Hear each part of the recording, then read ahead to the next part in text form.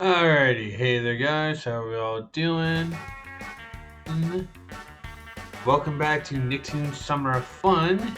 Last time we wrapped up the console version of Jimmy Neutron Boy Genius, and we started on the console version of Operation Jet Fusion. Basically, yeah, level map, you can check level information. Basically, tool parts are more in the first zone. We also can go to Lost Jungle, which is actually the second zone. So we're actually sticking with the Mystic Shrine. Yeah, for some reason you can access the second zone almost immediately, but like I said, we're gonna get through these stages in order. The Shrine of the Ultra Ninja Lord. From the Hall of Mirrors to the Tear Waterfall. It is a place of great beauty and great danger. Yeah, second zone. Nothing really changes. We now have actually ninjas to fight, not ninja gardeners. Now we're good for purple.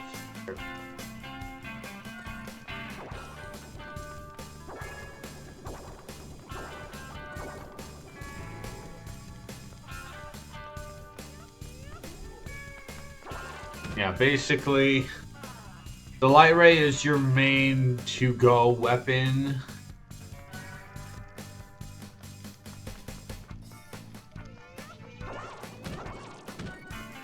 Because basically, unless if you're dealing with something helmeted. Alright,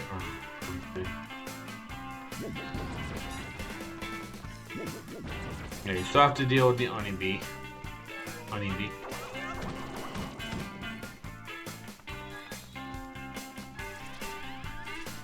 There's a checkpoint. And now we're in a hedge maze. But if you literally just follow the trail of purple flirt, you'll find the exit.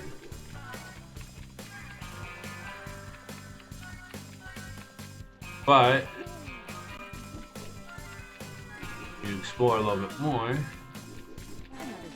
you find a piece of for the you find invention piece.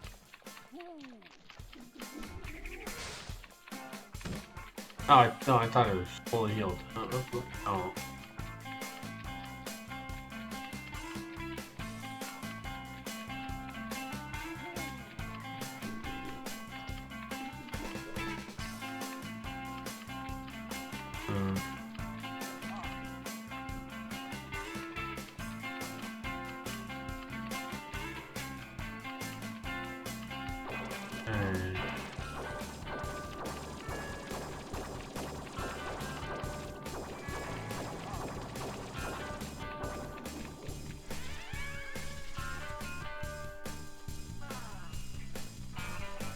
Yeah.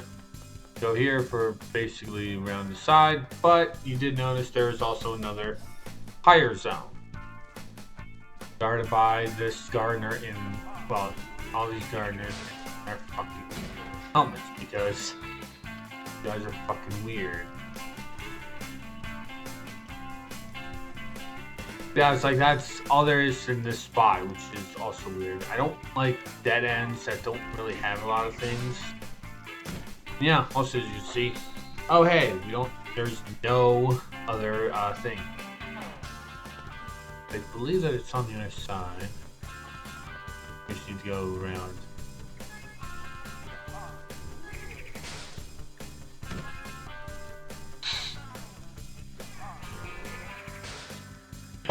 Sorry about that. Also, ow. Hit my finger.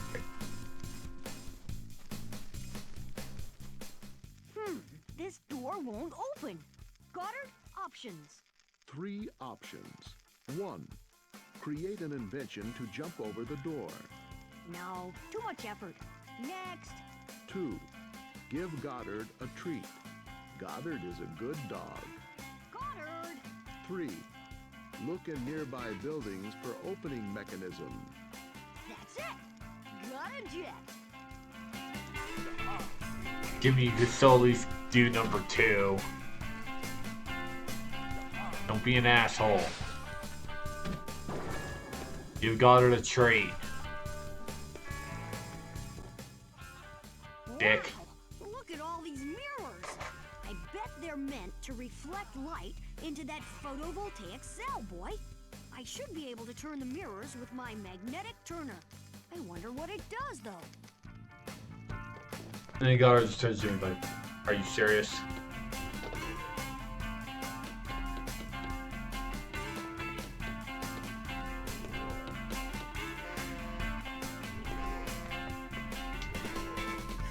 Yeah, this will actually tell you when this is, Use the magnetic turner to move the mirrors. when these are in the right spot.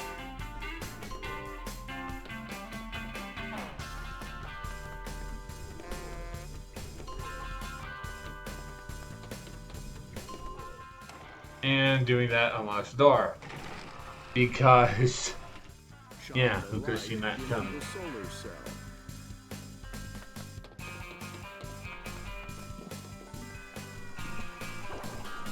Like, seriously, it's like, Jimmy, you could have thought of that. I wonder what opens. Jim, you could, really? Maybe it opened that fucking door?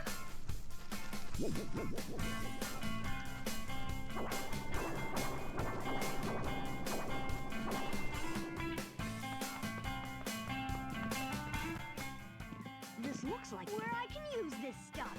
But I don't think I have everything I Yeah, need. you'll be coming back here, back to the very beginning of the stage, once you have everything. And this, I think, might have missed that. Yes, it is. And I was thinking about it.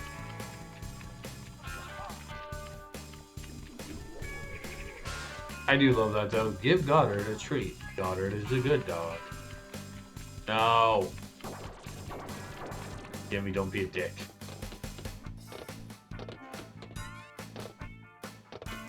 Here's Boy Candy, and over here for 1 and D5 things.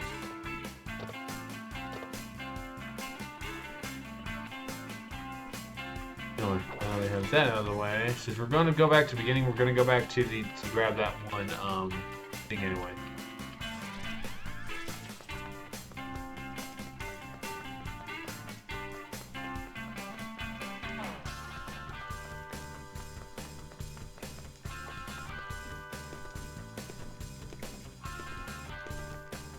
Play dead, boy!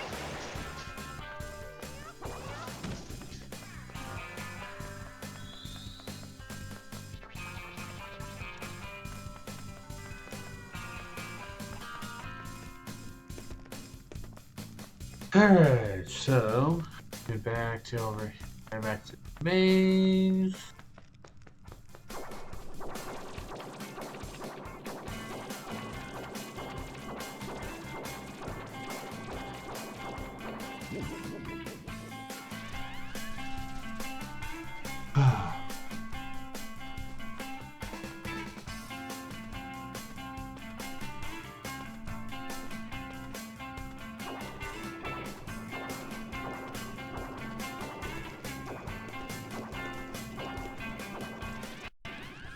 Jet calling Jimmy. Jet calling Jimmy. There isn't much time. I've just remembered. There should be a light beam in the Hall of Mirrors that opens the door to the gardens. You see, you have to move the mirrors so that... Jet, I've just finished that. Oh, okay. I'll let you know if I think of anything else. Fusion out. Yes, as Jet was talking, we literally killed some Ultra Lords. Yes, we did.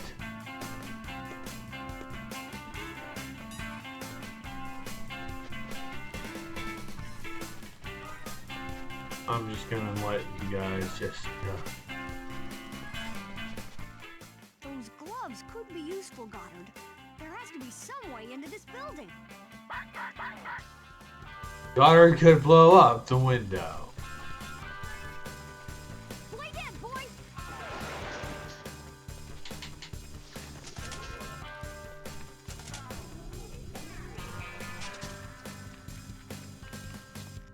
honestly, Goddard blowing up the window is honestly the best, the better the choices. Because like that, it makes sense. But it's like, oh, nope, you have to do all this. No, you have to do all of this No, you have to do all of this platforming. And you're gonna like it. God damn.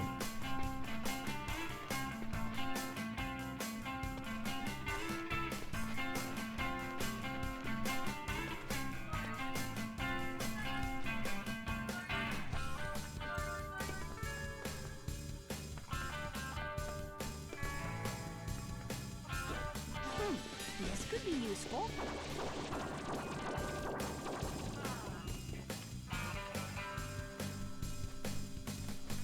Yeah, don't ask me why the hell now the thing does that. It's like, to me, I always found closed doors that only open once you complete a puzzle to be a really lame unlock method.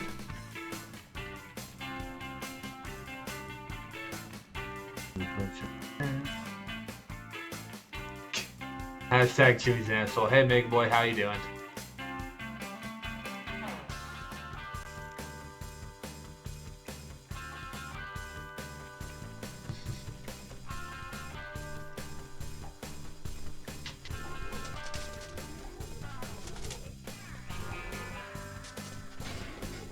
I will say that the Ultra Lords fly fucking far when they're beaten.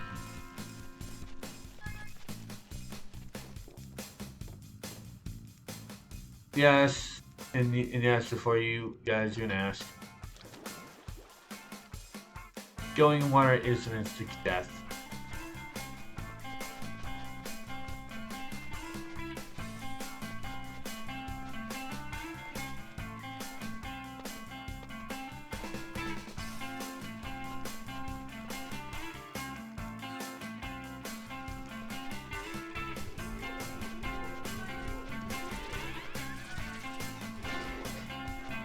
I'm gonna basically do a lot of exploring because there is a lot to explore in this big area.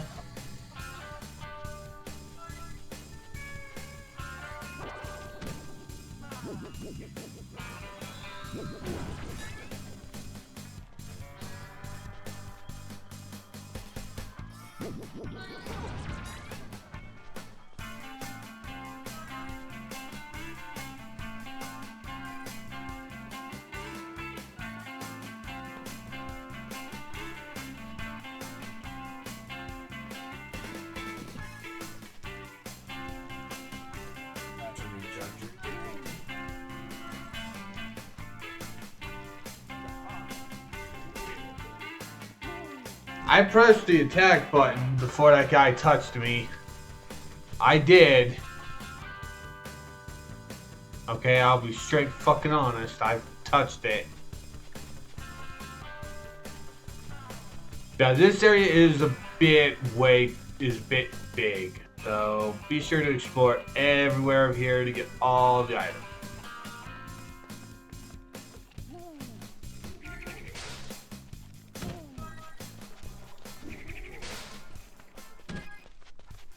Let's just go the way we went when I died.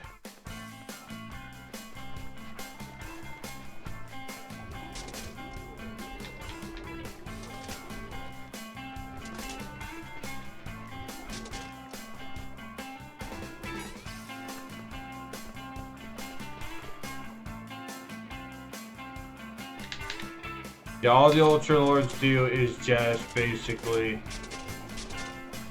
jump and slow you down. Because yeah, we need those enemies in platformers. I hate those enemies that do that.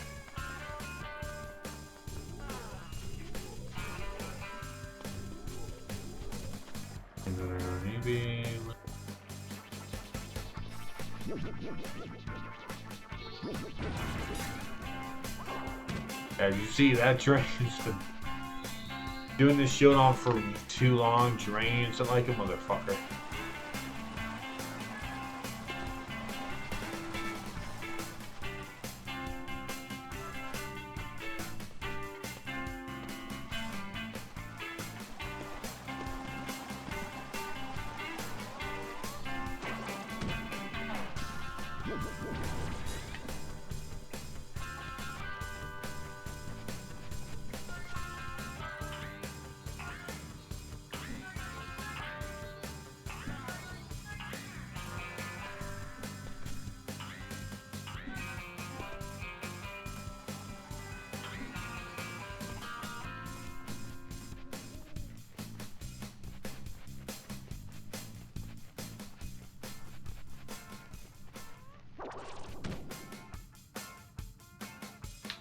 Withdraw Jimmy.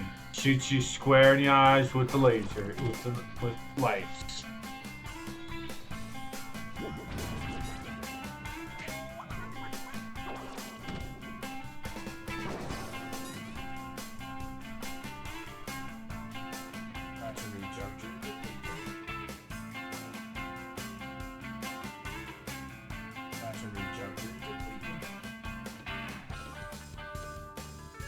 Oh, right. Oh, that's right. Yeah, for some reason, yeah, it took a minute. It's like, okay, what the Look, hell? boy, that machine is making Ultra Lords by the dozen. It must have a massive power source. But how can I get it? I'll need pure firepower to get past that magnetic shielding.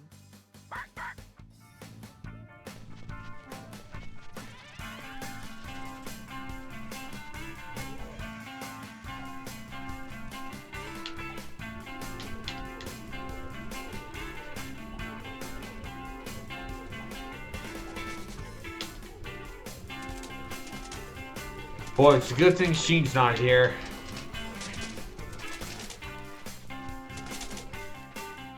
Play dead, boy! This might come in handy.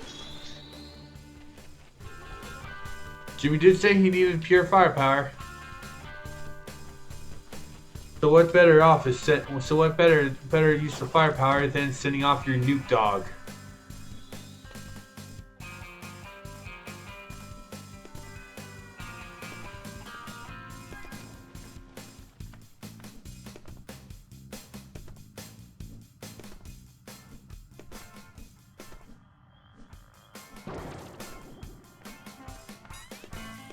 That's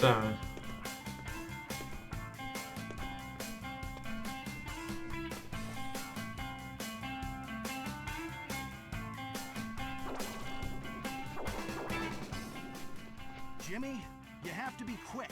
The Ultra Ninja Lord has one of the golden idols. Calamitous has gone to get it from him. Hurry, Jimmy, get into the temple.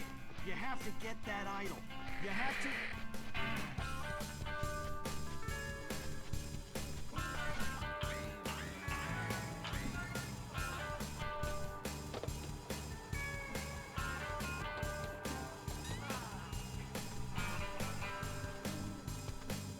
alright.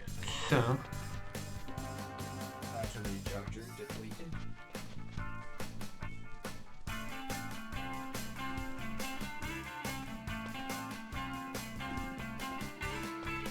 yeah, so basically, this is where the Thai style stuff comes from. To be honest.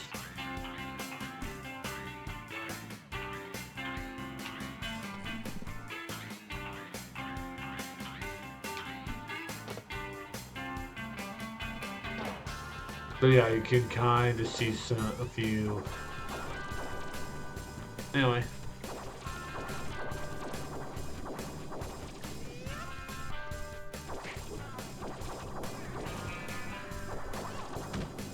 I have no idea why the hell that one that hit him dead on didn't hit.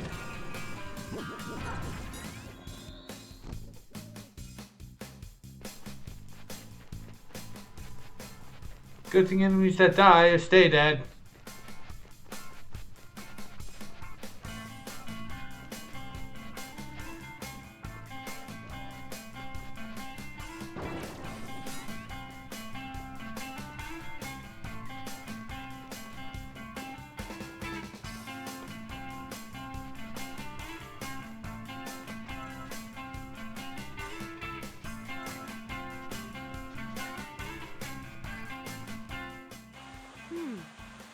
could get to that raft. Maybe I could pipe in some water. How? Gee, Jimmy. Wonder how.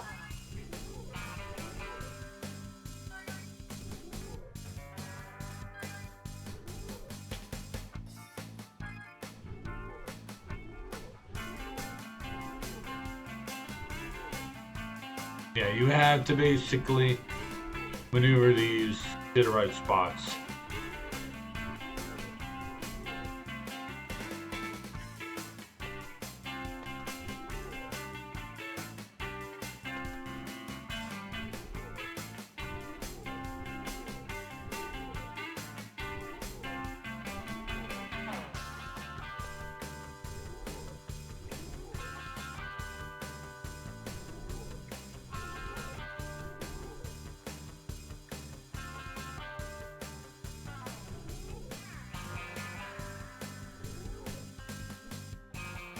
Yeah, one thing I will admit I don't like in these types of puzzles. Basically, when these move multiples of multiples. Anyway, get them all green, and there you go. Build up to acquire the pipe pieces. Also to basically ride this platform.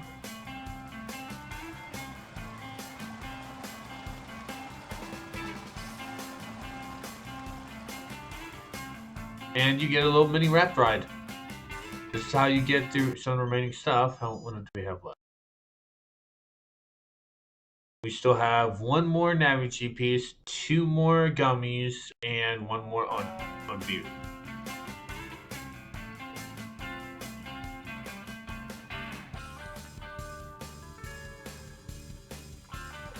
Well, there's one of the 2 candies.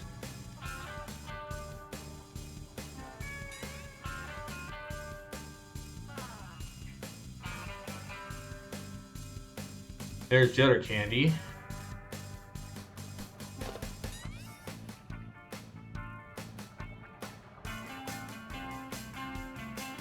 And now we're waiting. Now we have to wait. Now we have to sit here and wait for the thing to come back. I hate when games do this.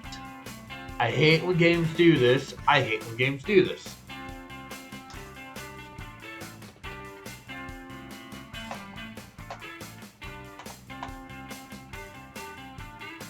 Letting cook off there, good to join.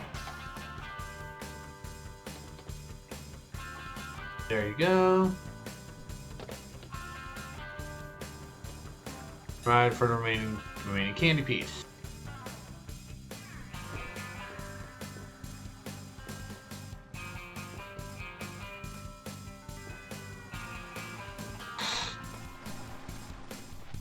Now with that done,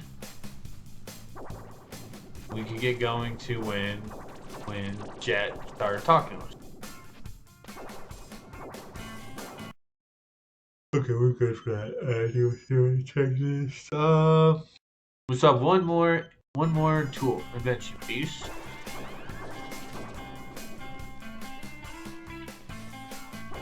And it should be down this road. So as should the unviewing.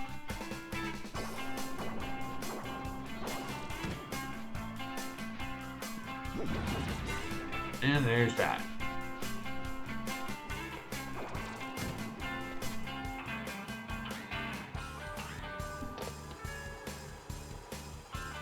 And there's the adventure piece right behind some good old Chrome style platforming.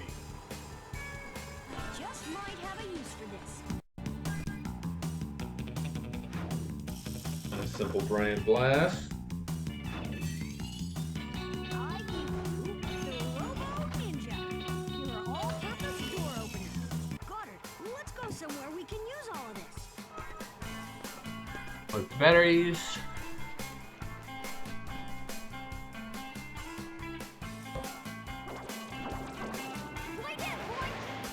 Yeah, you think that there's something inside those boxes? No.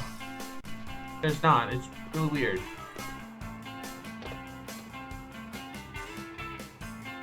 It's like, why not? Why even have that if you're not gonna do anything? Anyway,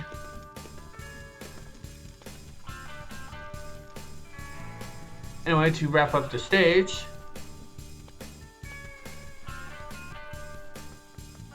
return to here.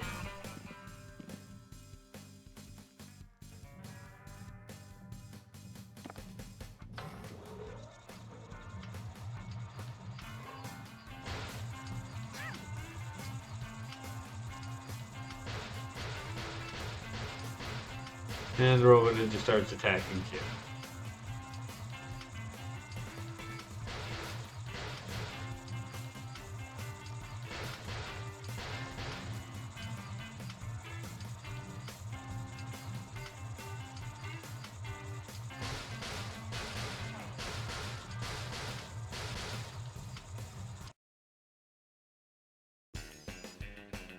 That's the last stage.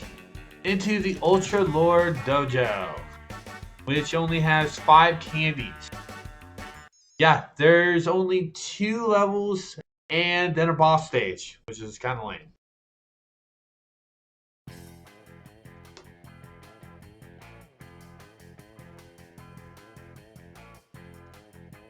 So, you have come to get the idol, have you? Professor Calamitous warned me about you. You shall not stop him. So says Ultra Ninja Lord. Sheen? There is no Sheen. There is only Ultra Ninja Lord. Yep. All of our bosses are going to be basically characters people Jimmy knows.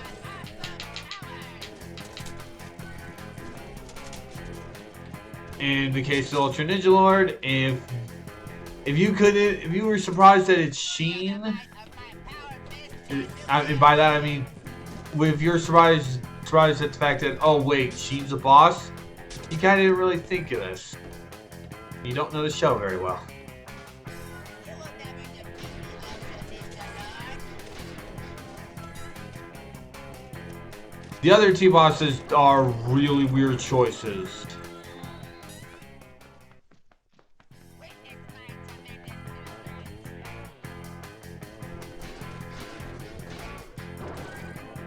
power. I'll click the first 3 on this floor.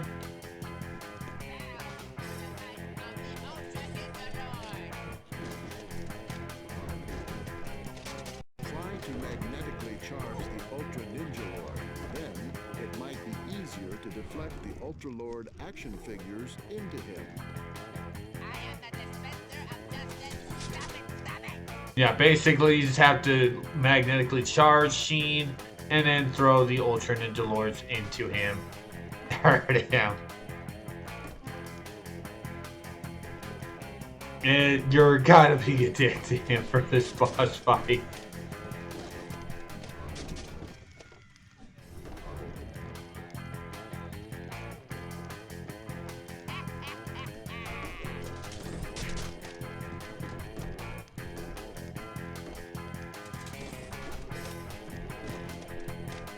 The only annoying thing is basically kind of just lining up with the Ultra Lords.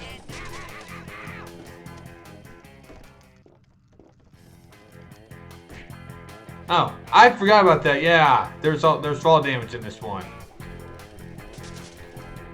You will never defeat the Ultra Ninja. And if you die in a boss fight,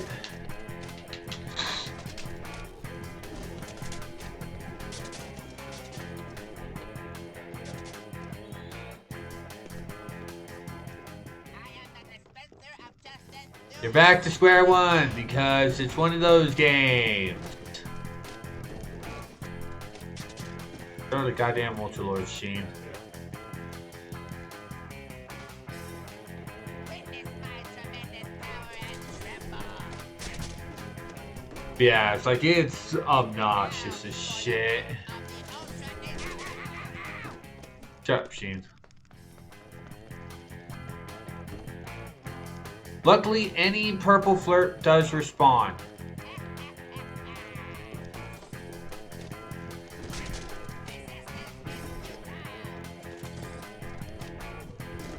Witness my tremendous power and tremble.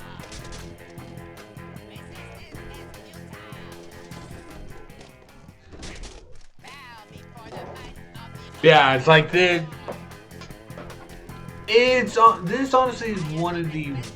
I don't remember the second and third bosses, to be honest.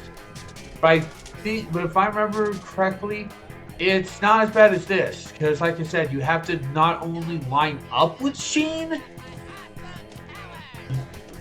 You basically not only have to run up to Sheen first, but then you also have to line up the fucking Ultra Lords with him.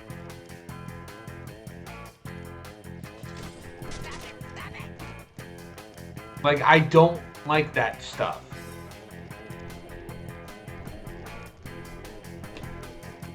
You will never defeat the Ultra Ninja Lord. Uh-oh. Yeah. Getting dizzy.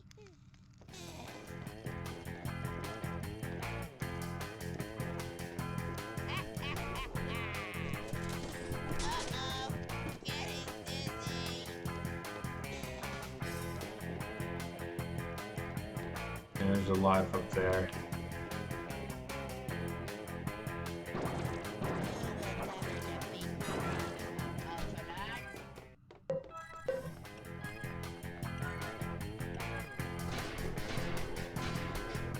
And there's all 5 of these.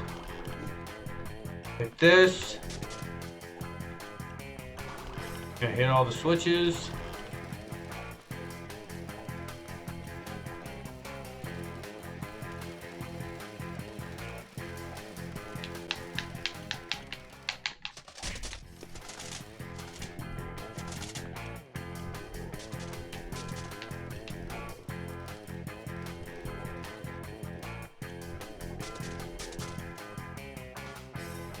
Revolve them and try to lift up. No force in the universe can stop my awesome powers.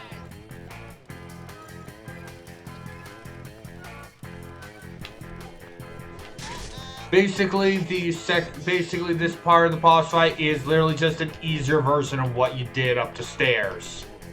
Basically, just wait until Sheen lands, and then then basically magnetize and shoot Ultra Lords at him. Just don't let the Ultra Lords pile up, though. Do some cleaning for every bit. But at least leave one Ultra Lord so you can at least. Yeah, contact with Sheen does hurt him. God damn it. Yeah, and also, you have to do all of that in one life. That's really shitty. I do not like multi-tiered boss fights that make you yeah. I'm gonna pause to actually explain this. I'm fumbling my words. I do not like multi-tiered platforming bosses that go for more. That basically go for this long without a checkpoint. To me, I don't care if basically people are tired of Nintendo doing this. 3 hits for platform bosses. I'm totally fine with 3 hits. Going more than 4 would be the maximum. 4 or 5. Once you start going 6, you honestly annoy the crap out of me. Especially if we're going to go, oh, there's multiple rounds. And if you die once, you have to start all over.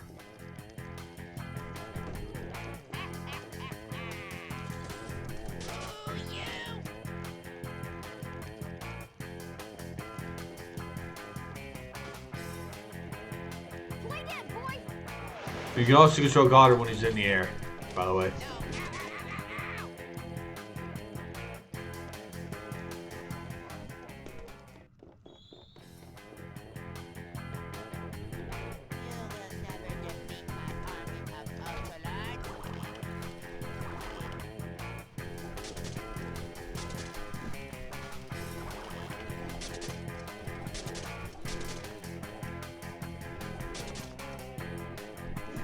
Back up to Sheen's room. Now, I believe you can hit Sheen when he's flying around, but personally, I much more prefer basically just hitting him when he lands, just so you have an easier shot. That was a delayed. What the hell? Yeah, see, it's like it's easy to hit him in this phase, but it's like honestly. But honestly, I more just recommend waiting till Sheen lands and then hit him with the Ultra Lords. You can magnetize him while he's in the air and try to have them hit him. But that should be it. Yep, good. Well, Goddard, we made it up here and got past Sheen. I mean, the Ultra Ninja Lord. But there's no sign of Calamitous. There he is. The Ultra Ninja Lord idol. Bitch. Too slow, Mr. Neutron. The Ultra Ninja Lord Idol is... With the idol's power, I will...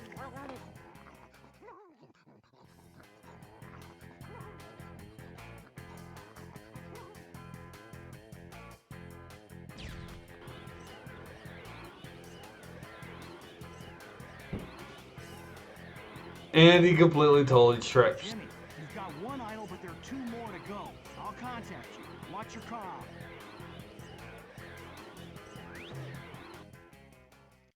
Let's go, Goddard. We've got more idols to find.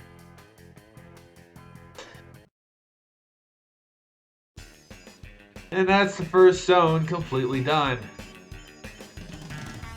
Ancient Village, all everything, Mystic Shrine, everything, Ultra Ninja Lord Dojo, everything.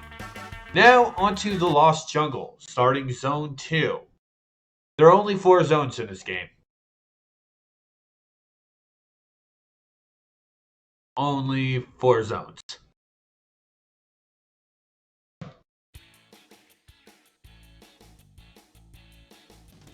And now we're watching Predator.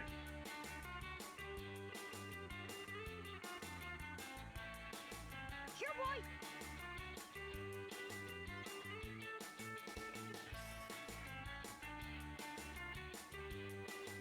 Jimmy, listen up. There's not much Yeah, time. Jimmy's outfit Figure changes out what depending on the idols zone. are. All 3 are actually links to the real world. They seem to be in places where I've saved the world before in my book. Make your way up to the volcano. There's a path through the jungle that'll take you there. Unfortunately, it stops right in a cannibal village. Keep an eye out. They look kind of hungry and might want a snack. Yeah, does anyone tell you you're insane? Plenty of times.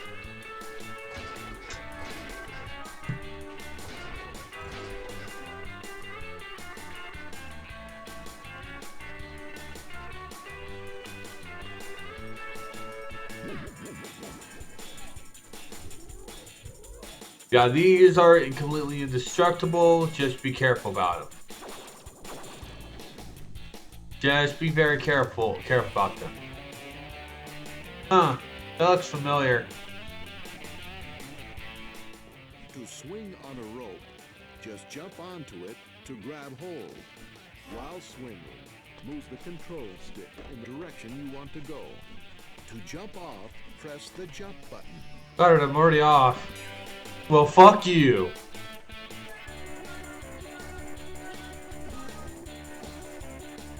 Fuck you, Mr. I'm ignoring the tutorial.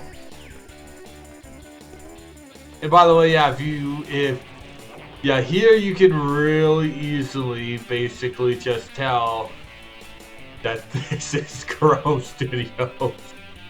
Because this type of music is their bread and butter.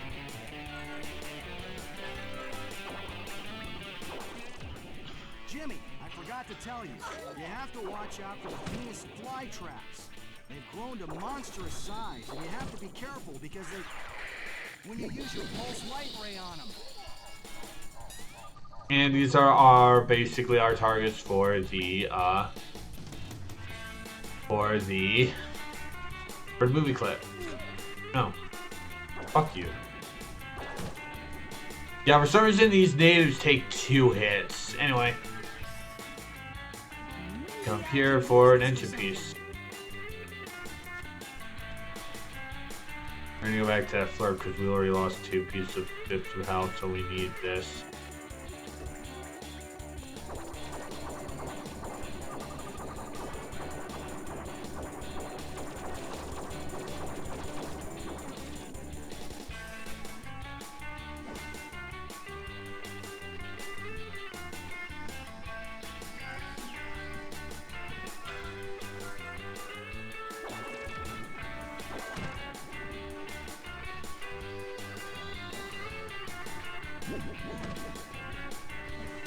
Yeah, basically the big shot does kill those guys in 1 hit, but honestly I don't want to use it too much. I don't want to give because I don't want to trigger anyone.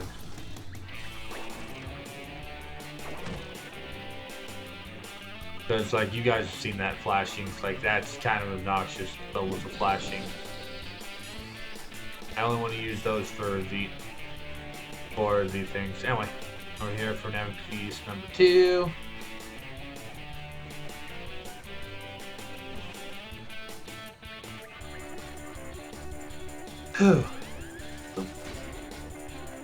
There's 1 piece of candy. Ooh, piece of candy. Ooh, piece of candy.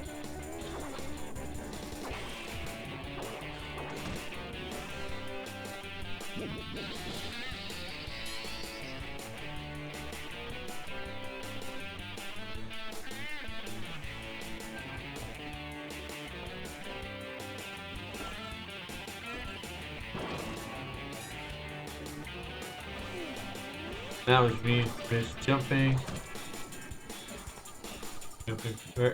really badly.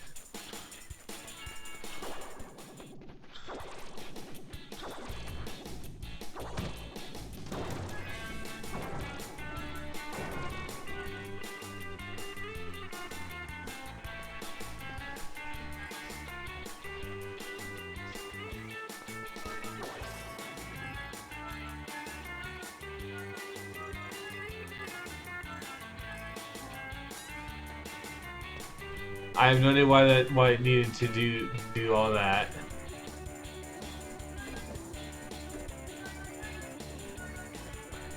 Damn it. You know, Goddard, Goddard, if you could just use the platform for me sometimes, that'd be helpful. Go fuck yourself. Goddard!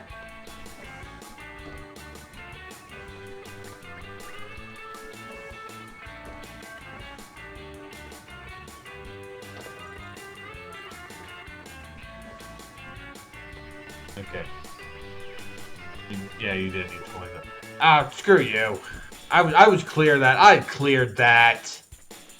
I was so cleared that.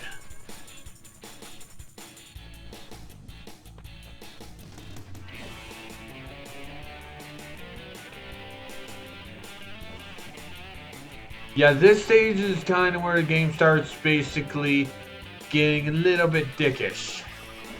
Not to mention you realize how fucking stupid it is to go, oh, we're going to give you 3 hit points.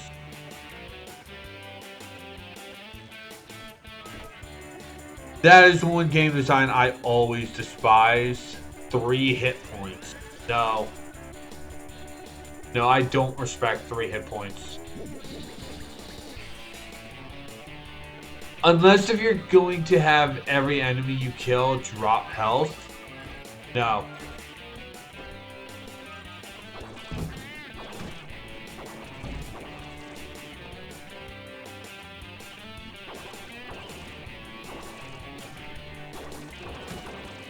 Now, luckily you can double tap them.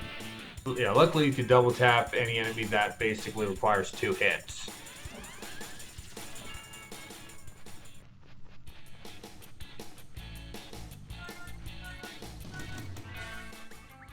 Boy, I sure could use that orb.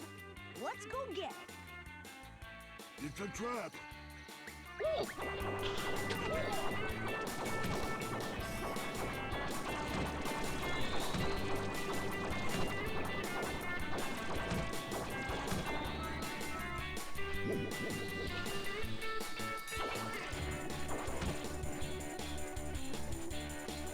murdered everyone. This might come in handy. Congratulations, Jimmy. You murdered a crap load of natives.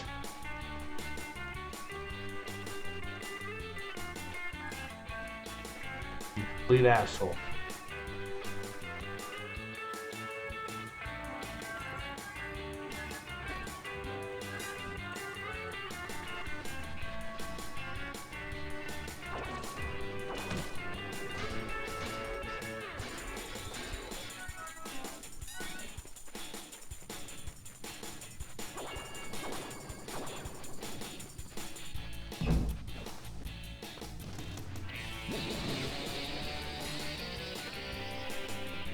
Doing one shot. Cool. Yo. Hi. You actually made me jump. So fuck you. Love you too. No, I had a nap as soon as I got home. Just Nah, I figured. so that I saw the notification. So I'm like, okay, I just finished supper, so yeah, I gotta come on because yeah, I wanted to make up for last week. Which vacation was fun, by the way. I'm glad you had fun. Yeah, and then I'm going again in August for 3 weeks. Yeah.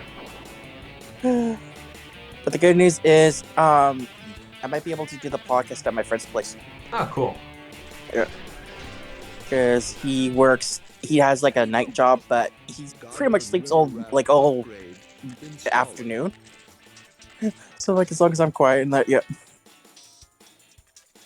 Update complete. Ah, Goddard. I love his 3D model for the game. Yeah. Yeah, like I said, this game looks way better than the movie game. Because you can tell that because it's Chrome Studios. Oh, right. I forgot about that. If you stay on the crocodiles for too long, they'll bite you. Because sure, let's have crocodiles as fucking platforms. That's not really stupid game design. But didn't Frogger have that? Like one of the Froggers? Yeah, it did. Yeah. Yeah, here, yeah, like I said earlier, this stage is when this game starts getting really dickish.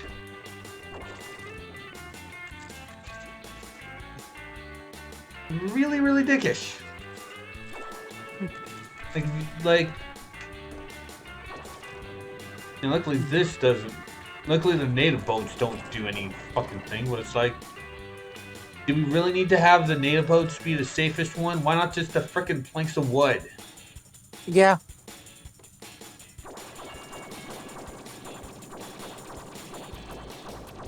Please stop, I am already blind.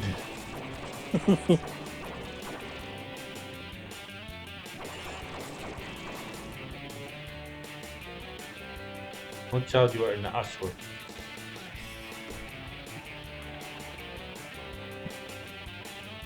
Now I think like with the development for this game, they took their time with it. I think that's why They did, but but due to the level layout, you can also tell that they didn't really pay attention to the story of the special. Makes me wonder if they were tasked with doing the game before the special came out. Yeah, I would not believe. I would believe that. Yeah, I could see that. Nick asks them to create like a game for their next Jimmy Neutron special. Like, okay, yeah. But I can imagine somebody at Nick going like, "What the heck did I just play? This isn't like the special at all. Like, what the heck?" Just when you get to the ending. Makes me wonder if the original idea for Jet Fusion was based on the game.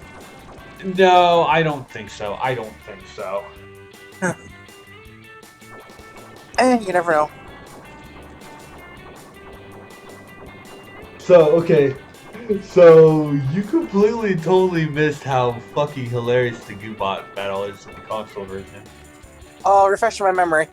You have to throw bombs at his turrets, and then when those are gone, you just run up and kick him in the face. Yeah, a bunch of times. I remember the kick face. the kicking face, just grab up the turrets. Like you just run up to him and you give him the neutron leg of justice, the neutron stinky leg of justice. Did you like? I know one of the weapons, like you can get weapons in the game. I think one of them was like a baseball bat. I love the baseball bat. I think that's my favorite of the weapons. Yeah, I told you that. Like you can go around beating up Yokians with it For a limited time. Yeah, the response though is funny. Beat me in a race through the swamp. Hey, boy, this looks like a great place to try your latest feature. Goddard, river raft. Oh great, a race in the swamp. To steer, use the control stick. To accelerate, Okay, he can turn into a hover, like a river. Like wow. I would buy. I would believe it. Oh yeah, I would. Goddard I mean, is it's like, I mean, fuck. Reminder: if Goddard blows up, he can rebuild himself. So I would not be surprised if Jimmy can actually have him become different modes of transportation. oh yeah. No, I'm not saying that's a bad thing. Like I'm just like, I keep forgetting that he can do that. Like to me, Goddard is like Felix. Like Goddard's like Felix's bag of tricks. Like Felix the cat. Yeah. Like his yellow bag of tricks. Yeah. That's just what I remember. Like I remember from like behind the scenes for Jimmy Neutron, like one of the producers actually said like Goddard is Jimmy's Felix's bag of tricks. Like Oh, okay, really? thanks. They actually say that? That's kind of cool. Yeah. And like they did like a little bit explanation on how they made like the Goddard sounds and that. Like that, the way that they did it was all really cool. Like they used like actual props and that for it. Yeah. Right. Like I said, it's really cool. Yeah, like of course it was Frank Welker doing the vocal stuff, but like Yeah, this Yeah. one is when this kind of gets a little annoying. You have the speed to make up for it, but the fact that they put natives right in front of the damn things is really obnoxious. such a dickish move. Yeah.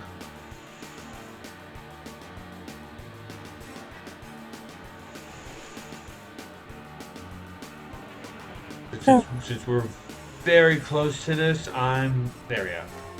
Cool. Nice. But we'll get that other one in the in the next race because we have to do twice. Really? Yeah. One for basically, and one for advancement, one for basically Okay. one for Here it is, my brand new one for piece of candy. Ooh, piece of candy. Buster fan. Good piece of candy. Pull the primary motor button to blow back projectiles. And I love it that they like just reenacted this whole brain blast thing. Pushes enemies Yeah, away. that's what the attack Twonkies does too. Kind of work. Yeah, I forgot about that. Like I've told you before, it's been a while since I've actually played like the Jimmy Neutron games. Like the only one I remember playing a lot was the Attack of the Twonkies. Like I never really played that one and the movie game. Like I never really played Jet Fusion. Alright, yeah. There's a warp spot to go if you want to go back to here. Race the guy again. Let's go. to steer, Because we still need to get the piece of candy that's along the racetrack.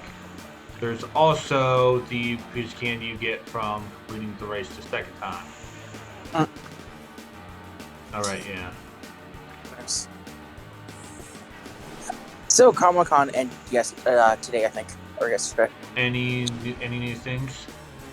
Well, some Marvel stuff that I'm happy for. What they announced? Season 2 of Loki, Season 2 of Marvel What If. Really? Loki's yeah. getting a season 2? Yeah. Huh. At first, like when I heard Loki Season 2, I thought it was just fake. Like, no, they announced Loki Season 2 because they still have to tie in for the big villain that they're bringing in. Yeah, but isn't Loki dead though? You have to watch the series to get to understand. Oh, so the series is basically Loki's purgatory-esque. Well, no. Did you see Marvel Endgame? No. Avengers Endgame? No. Do you mind if I spoil this for you? Sure, go ahead. So they just one of the basic plot is they decide to go back in time to get the Infinity Stones and create their own Infinity Gauntlet to wipe out Thanos before he has the chance. Yeah. And so when they go back to like New York, like the events of the first one, Hulk,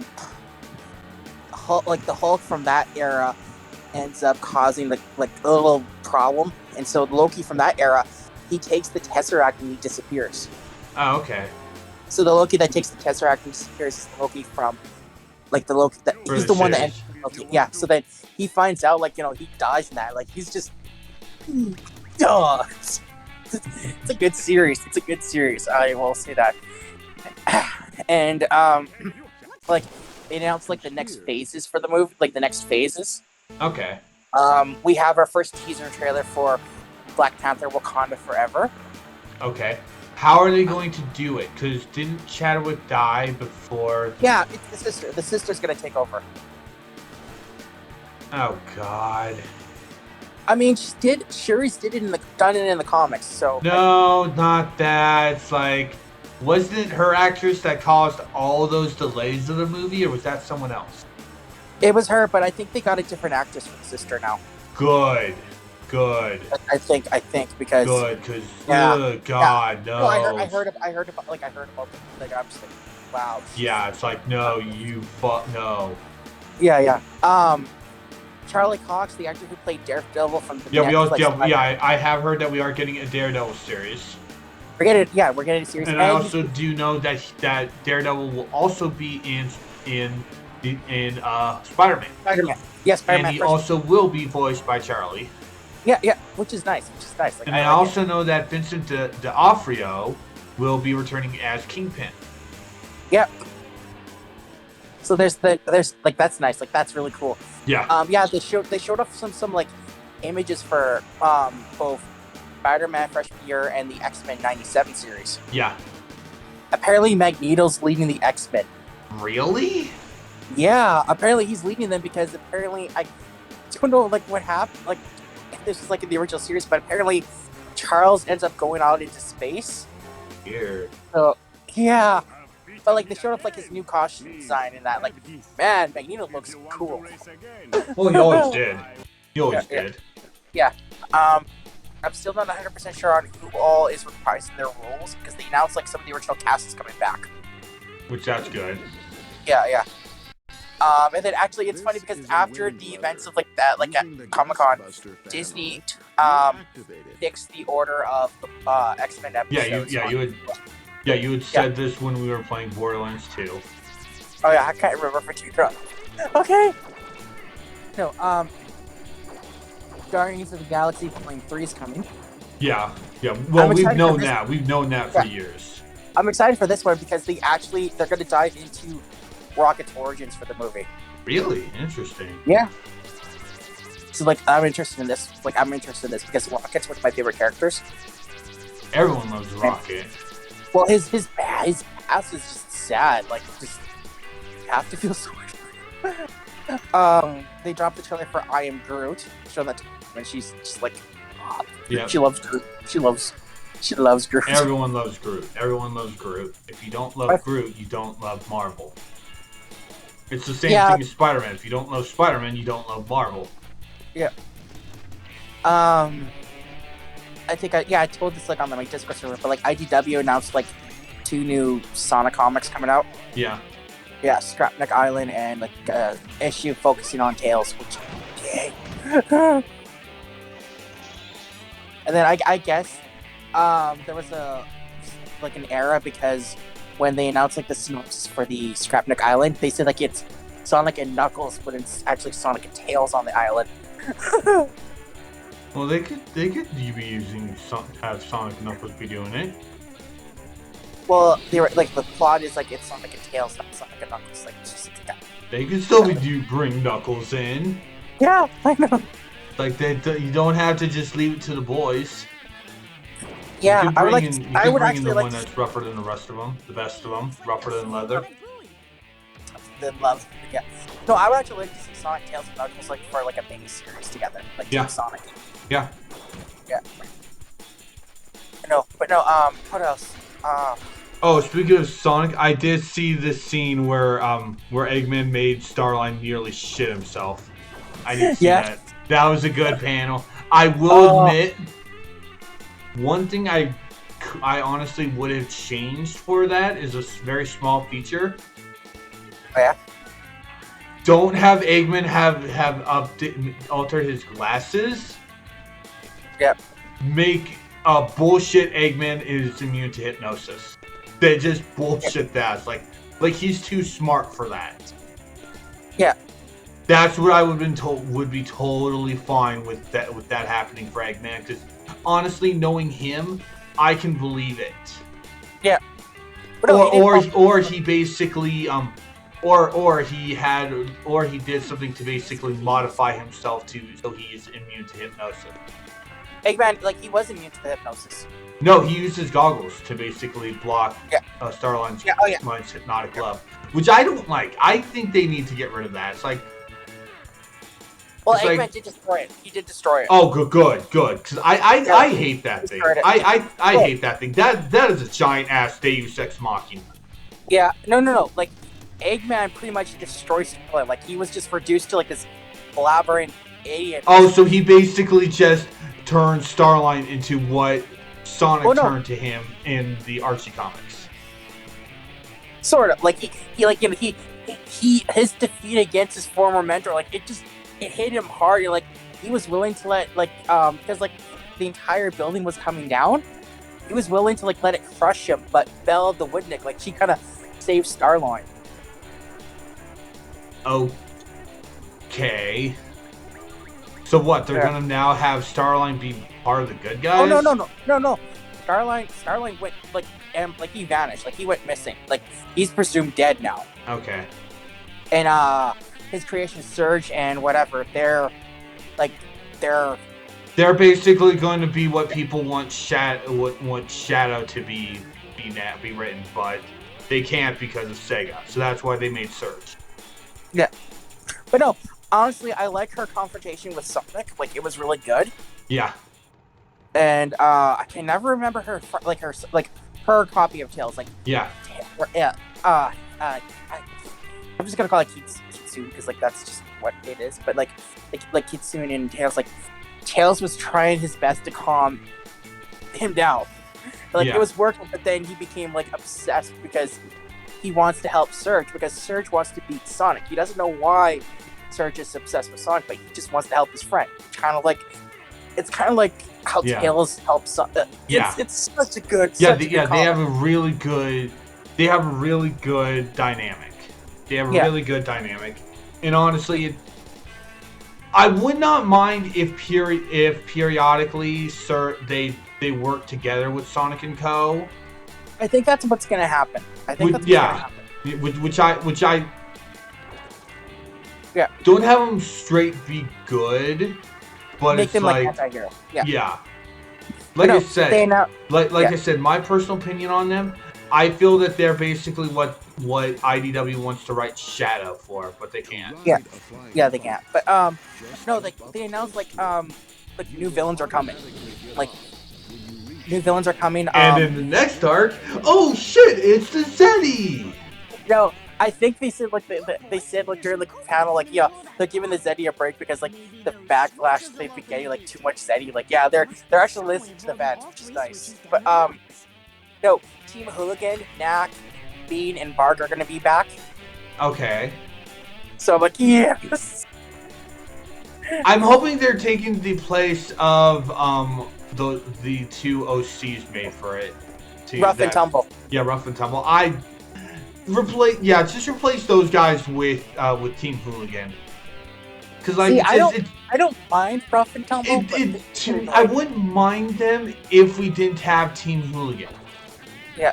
If we didn't have Team Hooligan as already established, Rough and Tumble would be totally fine. See, I can actually see Rough and Tumble joining Team Hooligan. Like, I can see them. No, I know. I can see that. Like, that's just my opinion. But I can too. But honestly, that just seems like they're shoehorning them into Team Hooligan. Yeah, no. It's actually interesting because my friend, he's been, like, my friend Steve, like, the friend that I stayed at. Yeah. He started reading the comics because I guess I've influenced him enough to actually start reading them. So he's been asking me these questions, and he's just starting the Metal Virus arc. Ow. And AKA, I'm like- AKA the Namek saga of Sonic IDW. Okay. Because of how long it fucking takes. Yeah, well, I don't care what people say. I like the Metal Virus arc, okay? I'm not saying it's a bad thing, but it's like, it lasts for fucking ever. And let's be straight honest, having the Zeddy be just come in, it's like, oh, we take over this shit. That's why people hate the Zeddy. Yeah. And that's why I basically made the Zeddy joke. Because oh hey, hijacked by Ganondorf. You know, it's good. Like, I'm excited to see what they do next for the comics, because... And it's like, I also will state this. One thing that did annoy me from the Zombot arc was their powers can work on metal. I don't like that. Well, okay, keep in mind, the Zeddies have that ability to control machines. Yeah, and I get that. I don't think it should work on Metal Sonic. Considering the fact that he can utilize the Chaos Emeralds, that should give him an immunity to the Zeddy's powers. Well, I mean, when they were getting ready to, like, face off against Zeddy again, Eggman took precautions, and he made it so Metal Sonic cannot be controlled. No, and I get that, and I'm glad that's going to be a thing again, in case they do bring back the Zeddy, but I don't think it should have been a thing in the first place. Yeah. Due to the fact that Metal can utilize the Chaos Emeralds, he should basically because of that, he should have an immunity to the Zeddy's powers. Yeah, no, it's so good. What was it? And then apparently they also, like, IDW also announced a sequel to the Power Rangers Ninja Turtles. Yeah, I heard of that. I heard that. I'm actually excited to see what they do with it. Okay, this is just me, but I honestly want to see the Rangers going up against Krang. Which honestly, who was the villain for the original one? In the original, like the original Yeah, who's the villain? Yeah, who's it was Rita and Shredder. Oh, okay. Like, Shredder betrayed Rita and, like, took Tommy's Ranger power. Shredder became a freaking Power Ranger. And then, I guess, like, the other Power Rangers, they gave their morphers to the Turtles in April. Yeah, to battle, yeah. I heard that. Yeah, that was cool. Like, that was cool. Like, yeah, I liked it. It was great. Yeah, I heard very good things about that. Yeah. Honestly, I wish that means we would get the TMNT in Battle for the Grid, though. I would laugh if we did. I bet you they will add them, like, as DLC, like, as the second comic crossover, like, is announced. Like, I honestly kind of want them as the Turtles in it. Speaking of the Turtles, have you ever seen the YouTube video, the Teenage Mutant Ninja Turtles Are Nice to Everyone? Basically, it's a clip show of some of their interactions in Injustice 2. Ooh, no, I haven't seen. I'll have to look at this. Okay, I have not seen it, but the thumbnail for that, like, literally look it up on YouTube right now. Because it actually is completely hilarious. TMNT Are Nice to Everyone? Yeah. Yeah, you should see the four of them and Harley Quinn. To me, without any context and without seeing the name. Yeah, no. No. Without any context and without seeing the name, you could very easily see that as 4 humanoid turtles hit on Harley Quinn. Yep. That's what I'm getting from just Harley's smile in that thumbnail. It's like, ooh. Yeah, it's like why is that the thumbnail? Ugh. But no, okay. I'll admit, like, when they announced that the Turtles were for, like, Injustice 2, I kind of lost my shit. I'm like, it's like, that's a really weird thing, but I'm totally into it. I'm not a big fan of Neversoft's NetherRealm's control style. Yep. Like, I will be straight honest, I think their control style is really awful for a fighting game. I'm not gonna say it's bad control style. For a beat 'em up, it would be much better. Yeah, I know. No, you know why they added the Turtles to Injustice, right? No.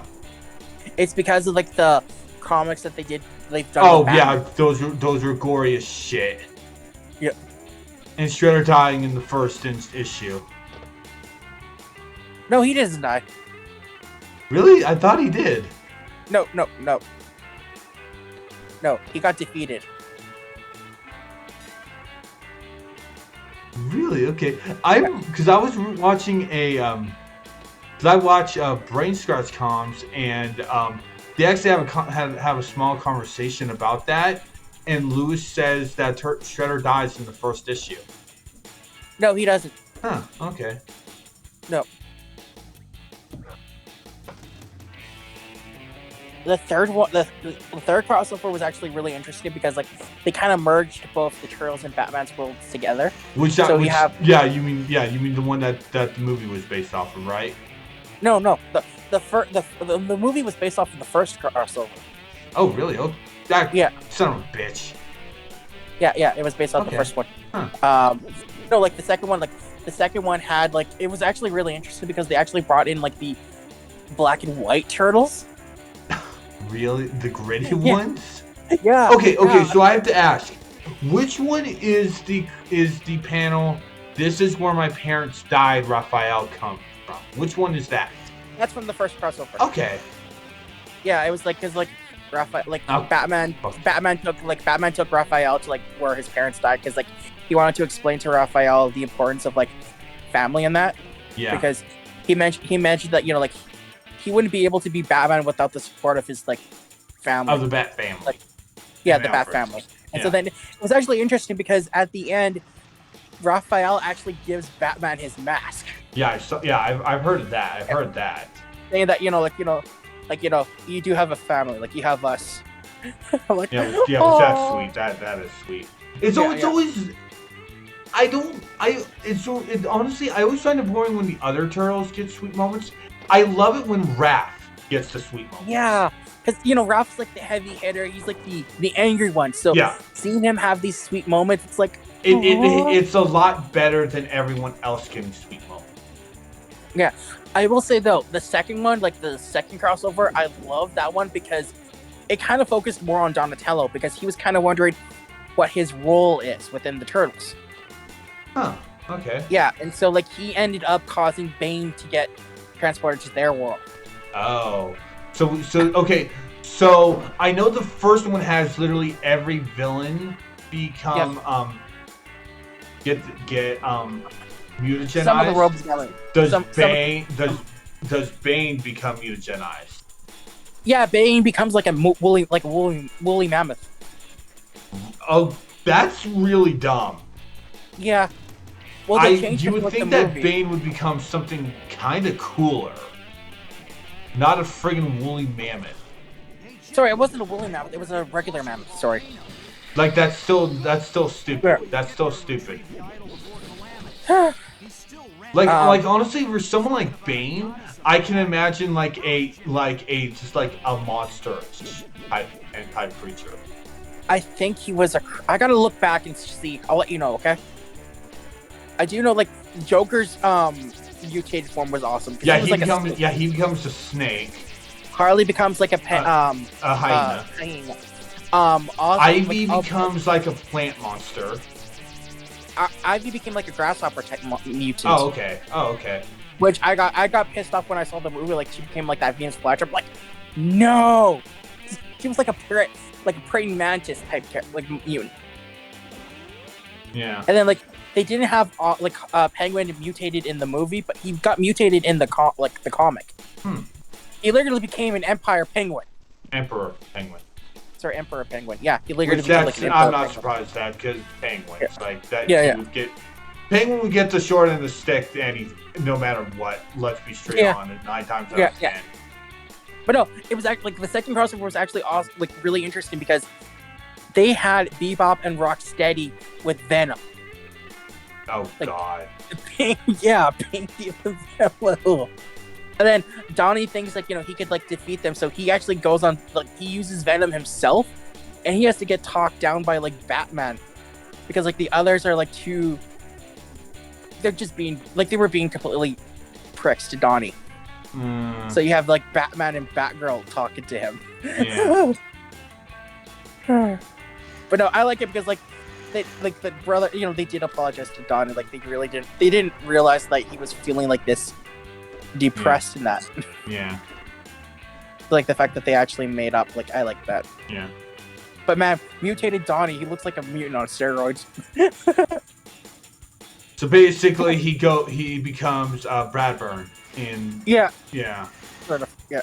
So I will admit, I think found Brad Byrne really a boring antagonist. I liked it when he got mutated into Razor. No, to me, I feel that that they're only doing that was basically just so they could go, and here's Razor. Yeah. That's the Oh, no. only reason why they do that. And it's like to me, I honestly found both the initial minions for Shredder boring as shit. Oh, Tiger Claw and Bradbury and the Fishface. Bradbury and Fishface. The guy who goes to Fish. Yeah. Yeah, I found them both completely fucking boring. It's like no. yeah. And when I saw it, I was like, okay, when are we getting Bebop and Rocksteady? Granted, we got them like in the second season, which was Yeah, nice. which is nice, but it's like they really Yeah. should have been there from the beginning. We really did not Yeah. need these two other guys. Yeah, I like how like Bebop was portrayed in like that series. He's like this Michael Jackson type character, like just the dance moves, like the. Like, Wow, that's really stupid. That's I like really it, though. fucking I like it, stupid. though. I like it though. And Rocksteady was Russian. He was Russian, which was nice. I could kind of see that. I could see why they Yeah. do that. It was I can't remember which episode it was, but like Mikey says something about his like Rocksteady's mom. Rocksteady's like, "You don't talk about mom like, no, like mama like that." He just Well, duh. just charges after. Like, yeah, But it's like, honestly, Mikey, out of- don't out of talk the about Turtles guy's series- mom like that. Out of the Turtle series, I really like that series a lot more. I honestly, I much more prefer the 03 series. I prefer Yeah, Foxbox okay. Kids because that goes a lot of cool does a lot of cool stuff. That one tied into the comics a lot more, apparently. Oh really? I thought Rise was. I thought it was Rise that people were saying ties into the comics. No. The 2006 series, like the CGI series, that tied into the comics a lot, like the references in that. Like, they literally brought like the original Turtles for like a couple episodes. Yeah. I remember that. Yeah, and like that's how like the series ended. Like they actually teamed up because Bebop and Rocksteady were working with their Shredder from like their universe, which is cool. Yeah, shit. No, but no, apparently, Shit. apparently during the Turtle panel, someone had asked Kevin Eastman, like, what's the status on the Seth Rogen movie? I forgot he was doing one. And apparently Kevin Eastman said, like, he hasn't really talked to Seth Rogen because he doesn't want to put pressure on the guy. That's kind of nice. That's nice. Yeah. Yeah, that's nice. Like, he understands, like, because, like, I guess he said, like, being able to do a Turtle movie is, like, a dream come true for a lot of Yeah. people. So he doesn't really want to, be that backseat driver. Yeah, no, I totally get that. It's like, Yeah. no. So I can support, like, that. Like, I'm really gonna go, like, I'm gonna go see this movie when it comes out. I might too, depending on how it looks. Because I do not like how they said that it's gonna be CGI. Like, it's gonna be like good. Yeah, it's gonna be CGI, and like, I guess it's like it's gonna emphasize like on the family and like teenager, like what it's like just like what the Turtles are, kind of. Yeah. And then apparently there's talking like Paramount Plus is gonna be coming out with some like Turtle movies. I guess they want to do one on Shredder, like an origin kind of story. Okay, yeah, I don't mind that. I would actually like to see that, like, because Shredder, like, I know you have all these other different villains for the Turtles and that, but Shredder is like People love Shredder. People Yeah, love Shredder because while he is the one that's used the most, you can't really just go, oh, I want a new villain. It's like, no, you people like Shredder. Yeah. I will say, like, I love what they've done with the Shredder in the comics because he's actually working with the Turtles now. Oh, really? Yeah, because like, I take it Krang. Well, no, like it's this whole thing now, like, because Shredder was like being influenced by like this demon or something. I can't remember the whole details, but like Splinter kind of sacrificed his life so Shredder could break free from it. Oh wow. Yeah, and so Shredder had promised Splinter that he would watch over his sons. Okay. And so Shredder is coming in for the Armageddon arc, which is coming. Okay. Armageddon game. So it's gonna be interesting to see what they do. Honestly, to me, this is probably what they're gonna do, but I honestly hope that they kind of keep Shredder as like a as a hero. Yeah. Because going in a heroic vibe with Shredder, that's a really interesting and unique idea. Yeah, it is. It is. It like Karai has taken over the Foot Clan. Yeah. Yeah. And, like originally, and are they playing her evil, or they keep her? She's evil. She's evil. She's pure evil. She's pure evil. But, But she's like. I guess you could say she's like an anti-hero. Like, she'll ally herself with the Turtles if the situation calls for it. Okay, yeah. Yeah. Okay, that's what I'm totally fine if they do that with Karai. Yeah. Yeah. Because that's one thing I honestly did not like about the CGI series. They have Karai go mutated and go insane. It's like, no. Yeah, but no, she like regained her sanity because of Leo. But no, no. I'm actually really excited for like the Armageddon game because one of the main villains that they're facing off against is the Rat King. Okay, the Rat King. Okay, the Rat King in the comics is like a fucking badass. Sorry. Okay, no. Oh, I hypnotize rats. Like, no, you cannot fucking give me a villain with that and expect me to go, they could be a badass. No, fuck off. This version of the Rat King's actually, he's such a badass. Like, he got into April and Casey's heads. Like, he caused them to break up. Okay, that to me is like, that's actually really fucking stupid. That's stupid. You gotta read the comics to understand, dude. I know, but it's like, no, don't have someone like this be cause for a breakup between them. Well, he's not like the main villain for like the arc. Like, apparently the Rat King actually belongs to like a family, like a group of like the family's like attacking. Like, they're all different powerful beings.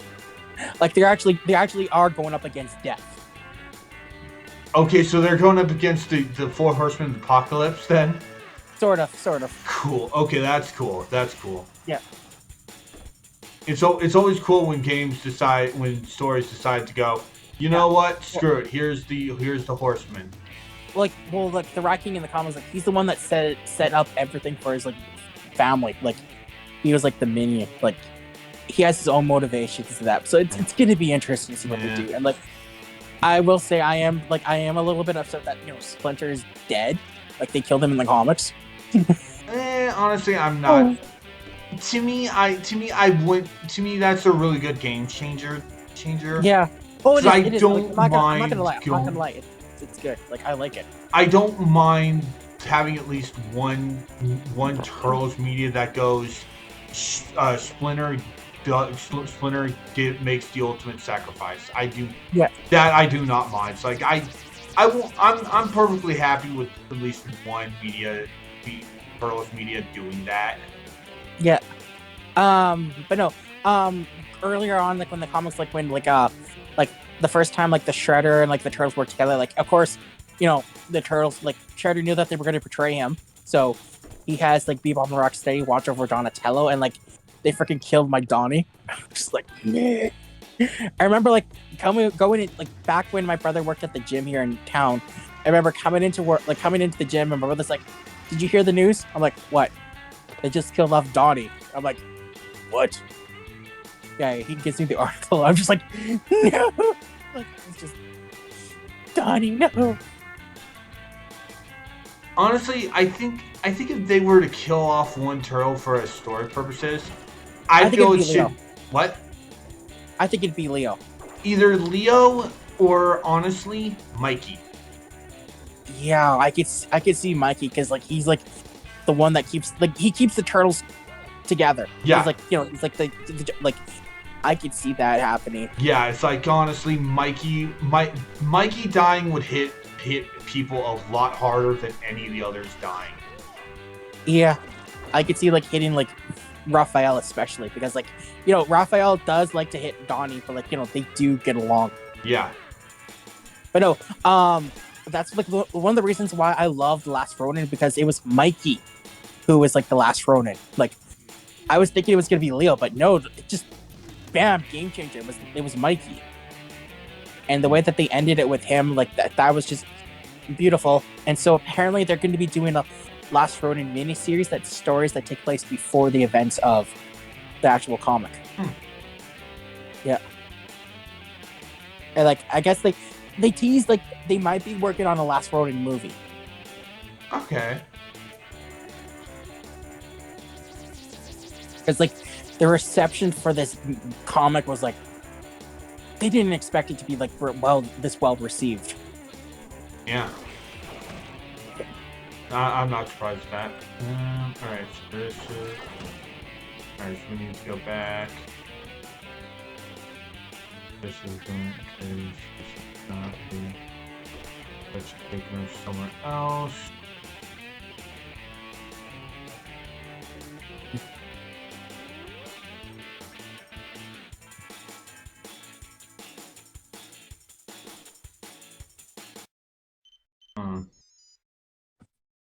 Alright, I can't do that. No. Can't do that. I was trying to scan the map, but I can't.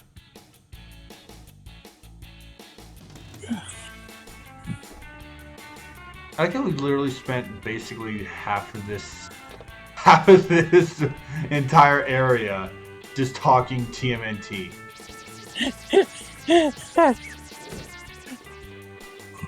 Well, we don't have to always talk about like Jimmy Neutron and that.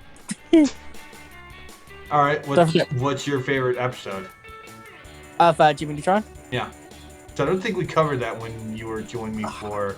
I think you asked me this before, and I said it was Win, Lose, or Kaboom. Oh, and yeah. For some reason, the only special that deserved a video game but didn't get one. Yeah, which is like, what the heck, Nickelodeon? Like, cool. It was Win, Lose, or Kaboom, and the one where Sheen became a genius. Yeah. Now I remember I did that. Yeah. That one, and like the episodes with the nanobots. Yeah. We actually now I remember. Yeah, we talked about this during the GBA the GBA one. Yeah, I love that. Like, I'll go mad. I'm still here. I'll go mad. And then we started. And then we started talking about the League of Villains special because they were part of that. Yeah. No, the nanobots weren't. They weren't? I could have sworn they were. Clever boys. Do you want me to read the list again?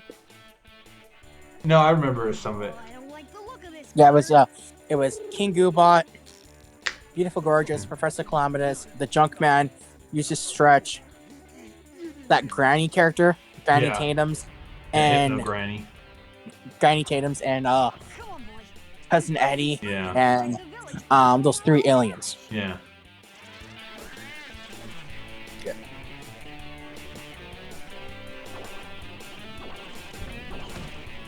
Those were the ones. Goddard Nuke. Hey, if you give me Goddard Nuke, I'll use it. Explode! Good boy, Goddard!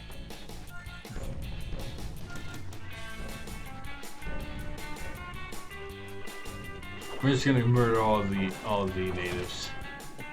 Wow, that's just... It's them or us, and also they're cannibals. Okay, cannibals. Yeah, cannibals can go.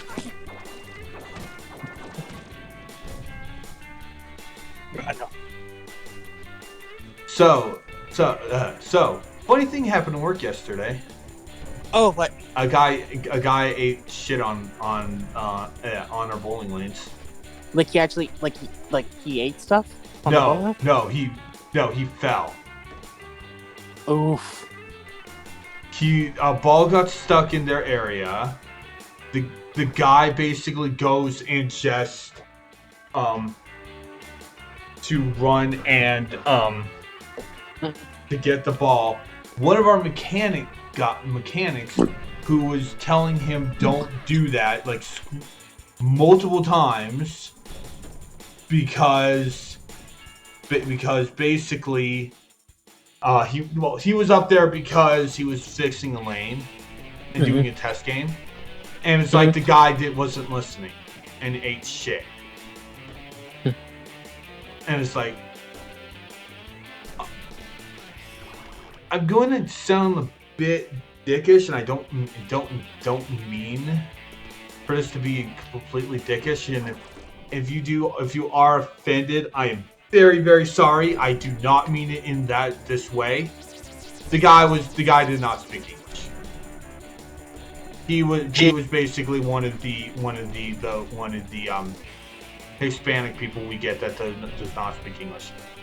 So Gotcha. it's like, ugh, you kind of deserve that, dude.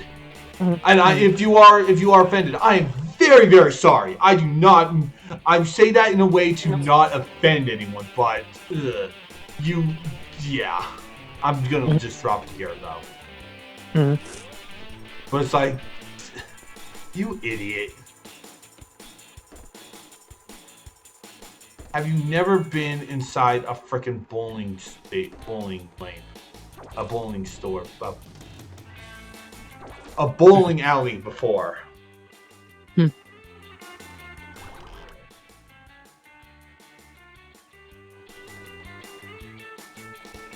Oh.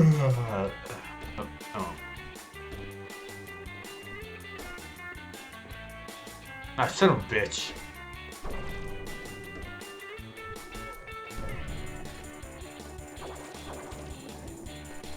Well, I think I'm gonna log off, dude, and I'm going to work on some podcast prep. Are you sure? Sure? Yeah, I don't want to get distracted because, I'm really going all out with Oh, this gee, podcast. thanks. Gee, thanks for calling me a distraction. Not you. You're not a distraction. What, is it Jimmy? Jimmy's just running around trying to save natives and his own ass. And you're calling that a distraction? Okay, I'll stay. I'm just kidding. I'm kidding. Nah, I'll stay. I'm kidding. Nah, I'll stay.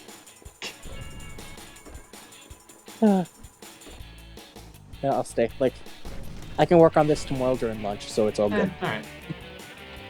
So what else did they announce at Comic-Con also? Well, they announced the Dungeons and Dragons movie. Yeah, that also is excited for. Yeah. I saw the trailer at Steve's place, and we were just both squealing with joy. I don't know. It's probably because I need to actually play D&D myself, to be honest. Well, if you're interested, I have a group that you could probably join. Yeah, true. But I'm not sure. Yeah. Well, we play every Sunday. Yeah, no, and I probably work then too. So that's my thing. That's the whole thing too. We have some members that they join us when they can. It's all good. We kind of stopped the campaign that we were doing, and we're doing a different campaign. The campaign that we're doing, my character got a pet squirrel. And then I got to name the squirrel. So I named the squirrel Bucky. And so our dungeon master, he made the character sheet for Bucky. Oh, God. He used the photo of Bucky from The Emperor's New Groove with the needle and balloon for the profile picture. Yes. I was like, that's awesome. That's awesome. He couldn't find the one that he was going to use, so he's just I'll just use this You one. know, So screw it. Bucky going to scare the shit out of Cusco with balloon. Yeah. Well, it's funny because we actually Time to look my character ended up like in the hospital yesterday, and so Bucky kind of protected and like he pelted nuts at the person trying to kill me. just chucks the nuts. And the squirrel is a kleptomaniac because when we were at the this one shop, apparently the squirrel had slipped a few runes into my bag without me knowing. So as like I'm going through my stuff, I'm like, wait a minute, what's this? Blame Bucky. Play dead, boy.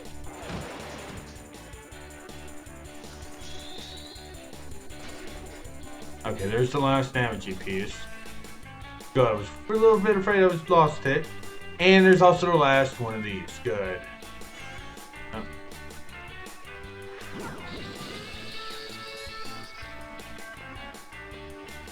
Play dead, boy.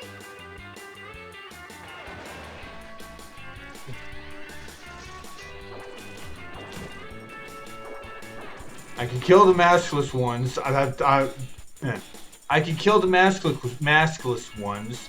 Goddard, the masked ones get Goddard exploding in their face. Yeah, that's everything. Cool. So we are done with the first stage of this.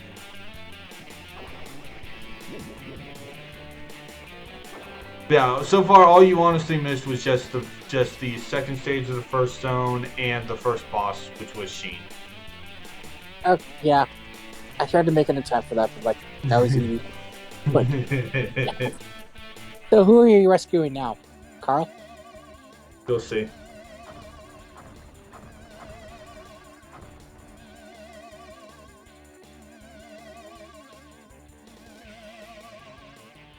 He stopped the asteroids from hit or whatever meteor volcano rocks from hitting.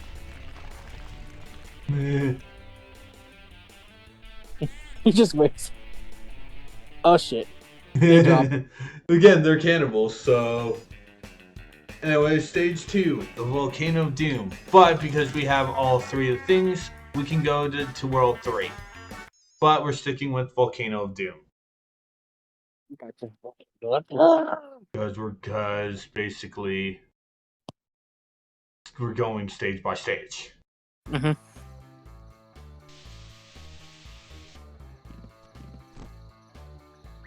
I think we lost them. Don't worry, boy. It doesn't look like this part of the volcano has been active in hundreds of years. Fuck you, Jimmy. I could be wrong. Maybe we should find another. Jimmy, You have to say don't worry and then something bad. Columbus, Top, volcano, goddess of fire, idol. Come on, boy. We've got to keep going. We have to stop Calamitous.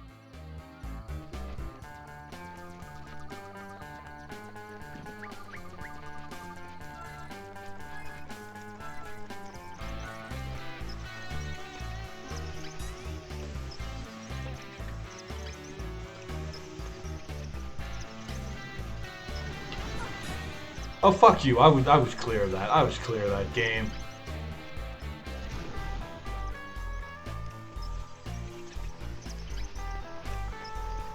Yeah, so welcome to Volcano of Doom, where for some reason Calamitous has a base inside.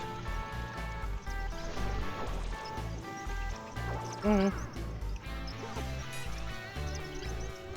Well, I mean, he's an evil villain, so of course evil villains have their lairs in volcanoes. Yeah, but Calamitous doesn't. Calamitous just has his house in Retroville. I mean, hey, must be the housing must be affordable there. It makes me wonder if he has like the evil volcanic lair, like as a summer home. Wouldn't surprise me if he does. Yeah. Or if Gorgeous just uses it as a vacation house. Oh, can we all just straight... I want to ask this. Who the fuck names their daughter Beautiful Gorgeous? Who in the fuck does that? An idiot like Calamitous. Yeah. Yeah. Or his wife could have been the one who thought up the name. Yeah, maybe. That also raises another question. Who boned Calamitous? Who finds that sexy?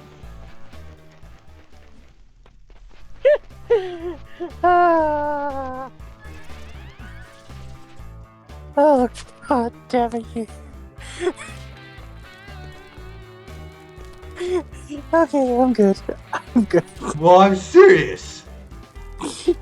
You're giving me mental images now. Hope you're happy. Okay, you say that, but honestly, I kind of want to see what Calamitous would have looked like when he was younger. I can just picture him like with, okay, his mustache is gray now. I can picture him like with a black mustache, like with the monocle. You're imagining him as Snidely Whiplash, aren't you? I hate you for giving me that image. Thank you. You said black mustache. You said black mustache. Yeah. So it's like, honestly, you only have yourself to blame for me saying Professor Calamitous is Snidely Whiplash. Mm.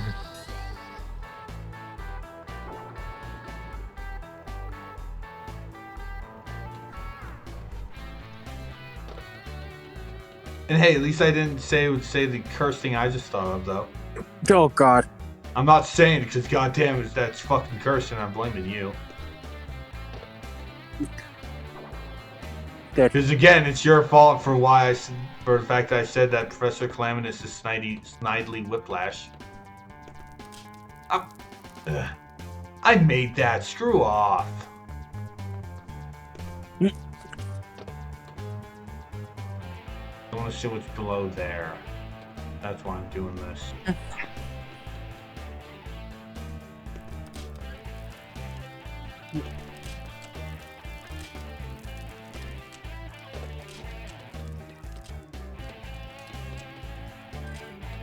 I wasted time. Well, I've had the time of my life. Oh, goddamn. This has got to be respawning soon. Good, they're spawning. Welcome to my evil underground lair, Mr. Neutron. Wait, that's Dr. I couldn't resist. No, I know, that wasn't for what you said. That was to that dead. Oh, come on!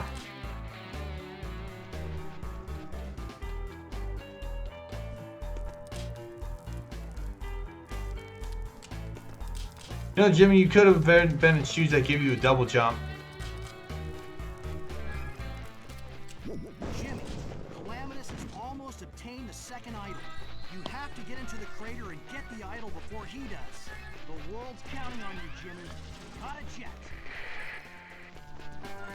Where did you go, Jet? Did you go? Because you're captive. You're literally fucking captive. There's like, where do you got a jet? What is it, boy? Jeepers, what's that doing down there? Could be useful, but I don't think that I can get to it. No, Goddard! Looks like I'll have to keep those lava dragons at bay. Use the primary. You must hit. Be careful not.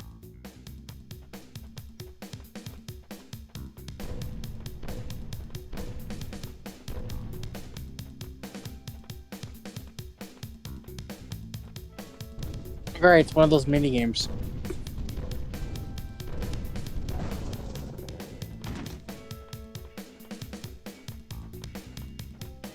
I think you have to do this both down and up.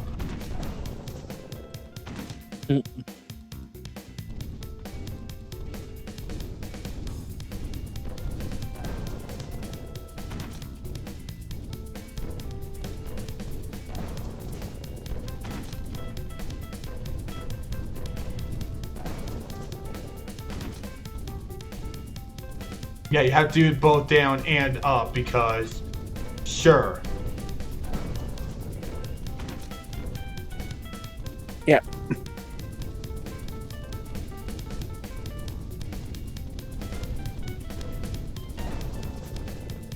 Okay, if they're made out of lava, how is the Because lava? shut up.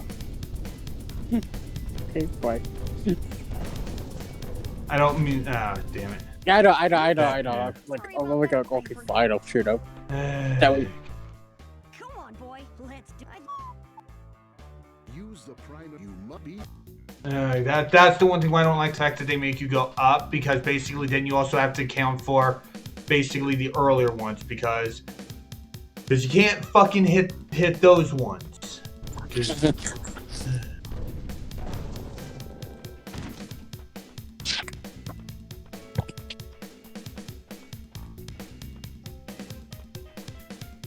Yeah.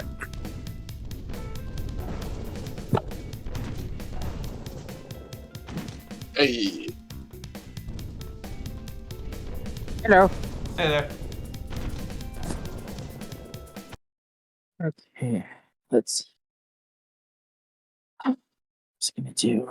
Frick. Okay. Good thing that these don't waste lives though. It's like that would be really shitty if basically failing some of these minigames would cost a life. Mario Sunshine. Son of a bitch. Oh, he's Yeah, playing it's IG. true. No, true. Let's do it again. True, like Mario Sunshine and Galaxy, because mind you, that fucking garbage minigame does that too. And that's not an isolated incident either. Yeah. Yeah, all 4 of them, because I think there's also 2 in Galaxy 2. Yeah. Oh, yeah, speaking of Sunshine, it's actually the 20th anniversary. Really, today? Well, I Yeah. don't know. Huh. Yeah, oh, it's today. Yeah. Well, this Um, year anyway. Yeah. Oh, true. I guess Charles, like Mario's like some actor. Charles he posted- Martinet. I can never remember the last name. Okay. It's fine. And you know what else is celebrating its 20th anniversary? What? Ratchet and Clank. Yeah. Are you serious? Yeah.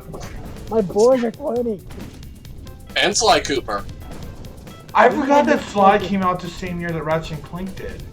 I thought that Sly was a year after. Nope. We It was need a same- new Slide game. We need a new Slide game. We do, but Sony needs to give a shit about some of their old franchises. Yeah. Again. Instead of doing like remake of The Last of Us. Ugh. Or Jack, especially. Yeah. Oh, yeah. Jack. I want to see Infamous come back. Eh. Yeah, I haven't seen an Infamous game since the PS4. Yeah. Yeah. Don't get me wrong, Ghost of Tsushima is like one of my favorite games of all time. I haven't actually played that one. It is really good. I need to get back to playing more of that game. I think they teased that one of the games for PlayStation, like PlayStation Game of the Month, might be Hot Wheels Unleashed. Wait, did you just say Hot Wheels Unleashed? Yeah, they're Yeah. still making Hot Wheels games. Yep. I mean, Yeah. you're... You know, they announced Looney Tunes pack coming. For Hot Wheels, right? Yeah, for Hot Wheels. Looney Tunes mixed with Hot Wheels. There's actually Looney Tune cars. I mean... Sure. Why the fuck not? I mean, they just did a Batman pack for it. Yeah, but in Batman, you just have the Batmobile, Robin's bike, The Batplane, yeah, the Batplane.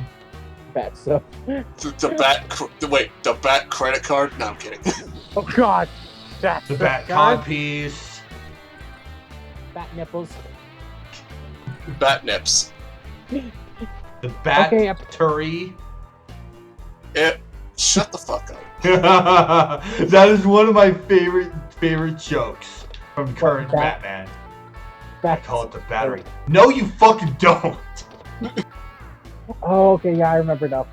Took me a while to just remember. Like- No, okay, apparently Tim Burton, he will never do another Batman movie now because he got really pissed off because, they had a problem with him having bat nipples before, concept, I guess, or something. But, they were came with it with the George Clooney movies. Control stick to Ah, God damn it. or right to I don't know. to I don't know the whole thing. to jump. You're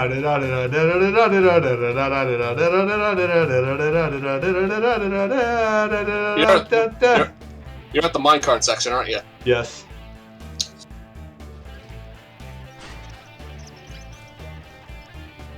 Yeah, I played this all the way through on PS2. Nice. I've actually made it to the 4th world. I've never actually finished this game because I did rent it, and I got stuck at the main minigame for that world. Wait, is it the slide puzzle? It's no, it's the DDR type game. Oh. Yeah. Actually, I thought the DDR one wasn't that bad. It's the slot. I was a kid back then. Yeah, fair enough. He was When I was a kid, I couldn't grasp the idea of pressing the D-pad and a button at the same time, or let alone 2 buttons and the D-pad at once. It was like it's too much for my. I still can't though. I still can't, so I'm not sure if I can't wait to see that. My excuse for doing that is basically I still can't do the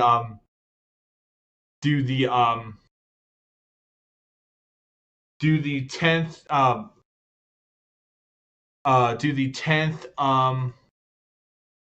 tower in Thunder Plains of Final Fantasy X-2, because you have to do that exact.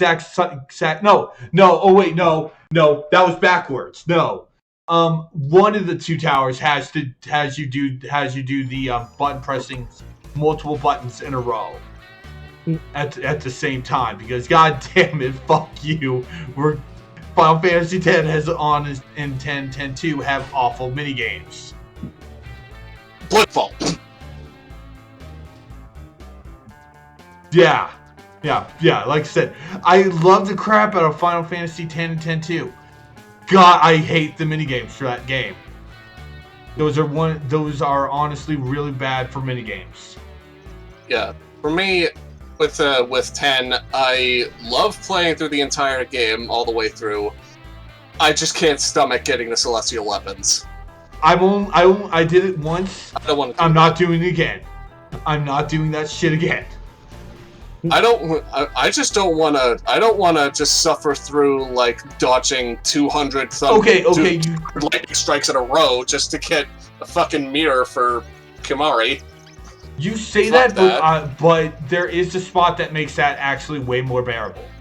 But still, you still have to dodge like 200 bullets consecutively in a row. Oh no, I totally understand it, but there is a spot that basically does that. That makes that way more bearable. Yeah, there's a ton of spots like that actually.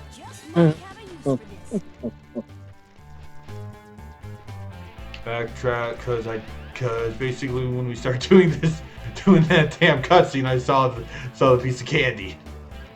Piece of candy. Ooh, piece of candy. Yeah, I would rather just play like 40 consecutive games of Blitzball than having to dodge 200 lightning bolts. Oh, I wouldn't even stomach the Blitzball. To me, the 2 things I hate the most in X-2 are getting 0 seconds in Chocobo racing, and and Blitzball, because Blitzball is so fucking annoying. And I've also asked people this too. And also another part of my hatred of Blitzball is because of the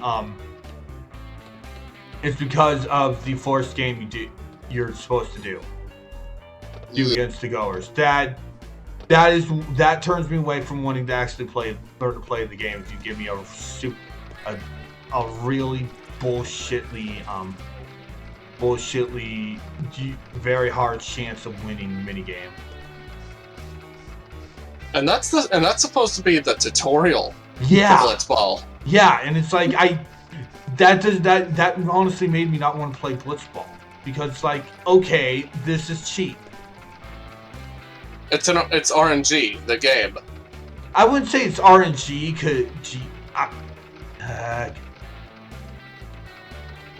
No, it definitely is a random number generator, basically.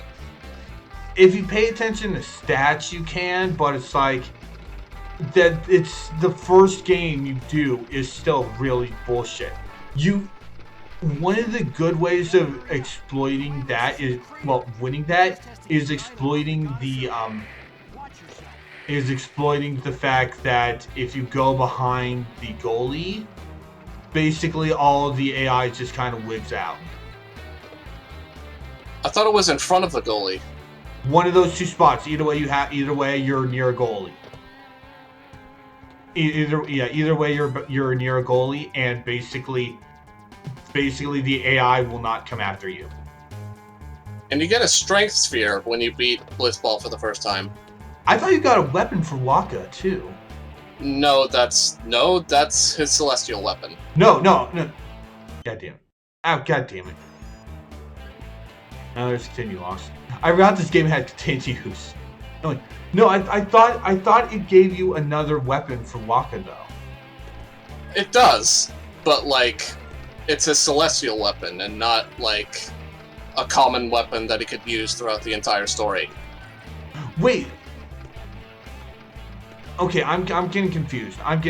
So if you win the Blitzball game against the Goers, you get World Champion early? No. Okay. You get a strength sphere, which I just use that on Orin because Orin's a fucking tank. Yeah. And a half. Yeah. But like, if you win like, what is it, like 40 or 50 consecutive games of Blitzball, which get fucked by the way. Yeah. Then I think that's when you can actually get World Champion early. No, you need to get his you need to get the What is that? You need to get the other slots for Waka before the World Champion is available. Oh yeah, that's right. Because like, it doesn't actually give you a World Champion. It gives you one of the is it the Sun or is it Mars? I don't remember. It's one of the. I don't know what Waka says. Yeah, I don't remember either.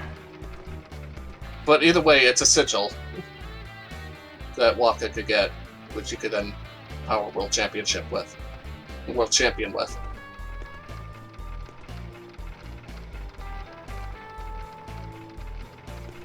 I'm a nerd. Can you tell? Well, only one response for that. Nerd. Oh, okay. You basically cut out the crap out of that. God damn it. No. Ah, damn it. First I went back to here. Damn it! I thought I was close enough to that checkpoint. Shit. What are you? Oh, you're getting the invention part. Yeah, because I need to. I have to go the harder way because I didn't. Because I completely forgot that's where the invention piece was, and I thought that was good. That's like the main thing I hate about this game in particular is that the levels are linear, but it seems more open-ended. I don't mind that. Honestly, I will admit, out of this and Attack of the Twonkies, I much more prefer this game's levels and their layout way more than Attack of the Twonkies, because that has you basically finding stuff that you don't know what you need to use for sometimes. Yeah, but I just find like exploring through the entirety of Retroville very enjoyable. Oh no, it is. But we also have to realize that it's like there are some invention and gadget pieces that's like, god damn it, I don't know. At least I keep the stuff. I didn't mean to save. Like at least I keep the stuff. Yeah. Oh god damn it. God damn it. Good. Alright, screw it. Finish the level. Finish the fucking level. Oh, did you miss it? Yes, I missed chicks. I'm pretty sure it's in the fucking My Cart segment. I don't like that. I don't like that. If you're going to going to put stuff in the way of in a thing like that, make it easier to notice. And don't have too many turns. Or forks in the road. Yeah. Well, forks, that's what I'm warming, yeah. See? No sweat. Come on, boy. The idol can't be far now. Alright, I gotta go, guys. Something came up. Alright. Have hope it's not bad, and if you can, let me know what it is. Yeah. I hope they're doing alright. Yeah. Yeah, I hope so too. Yeah. Yeah, so only missed one of the Namachi pieces and 4 of the candies. Like, ugh. Anyway, time for the boss fight. I really wish D-Pad didn't have to leave now so we could see who the boss is. The bosses in this game are very hit and miss. Dad, but it's always fun to see who it is. Yeah. And in this case, it's Mrs. Fowl. It's Miss Fowl, exactly.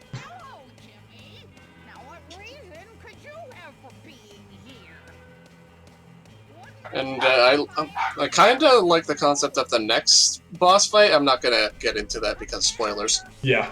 Even though we kind of already spoiled some of the fourth world already, but...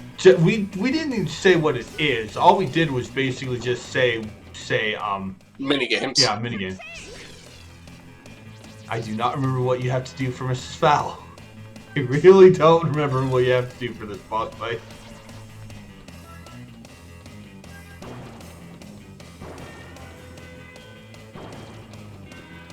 I'm just gonna let you figure that out. No, I figured. Because I don't want to be one of those dickheads that just backseat games and just couldn't help themselves. Couldn't help themselves. No, it's fine. I don't mind. No, you don't need to give a reason. You just want to watch me suffer. Well, yeah, but I also just want you to have like a more blind experience. Yeah, no, I get that. I totally get that. Why are 1-ups in this game very few and far between? Because they also intend for you to barely use battery.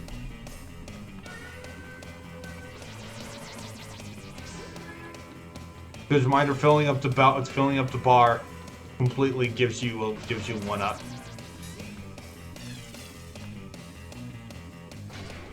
At least this game's continue system isn't like Rayman's continue system. What do you mean? I mean, like, you just have like 5 continues, and if you like use every single one of them, you just go back to the beginning of the game. Oh, right, yeah. Of the level. No, not just the level, the entire game. If you if you use every single one of your continues. Oh. And the game itself is brutal as hell. You're talking Rayman. Okay. Yeah, I'm talking Rayman, not this game. Okay. This game, you basically have infinite continues. No, we Disguised. have set number of continues. We have 5. Yeah, you have 5, but if you just lose all of them, then you go back to the beginning of the level and not the whole game. Oh yeah. Oh, there's the last one.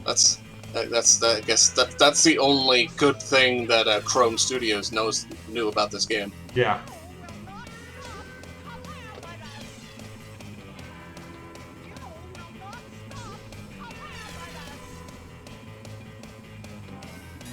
I almost forgot this was made by Chrome for a sec. I actually did not realize that until Nitro Rad's review of it. Yeah.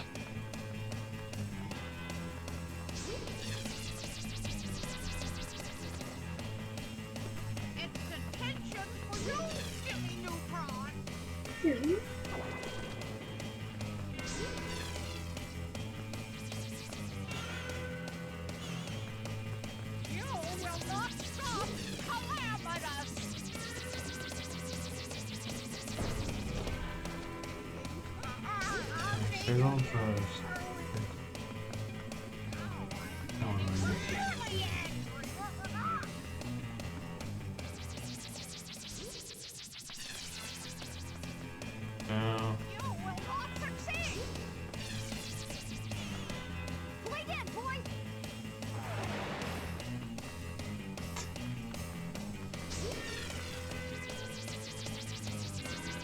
You will not stop Calamitous. Oh yeah. Yeah. Now I remember. Yeah, you need to use the rarely used Try using the gust cluster. Extreme wind. Yeah, you need to use that. It's like, You need to use the X wind and not the B wind. yeah. Now I remember. Yeah, which is funny because basically, in terms of the secondary functions of each of the gadgets, this one is only used for like this boss fight. The light beam is used for basically when you're getting the stuff for The book projector thing. For the movies. And there's no real use for the secondary function of the magnetic rod.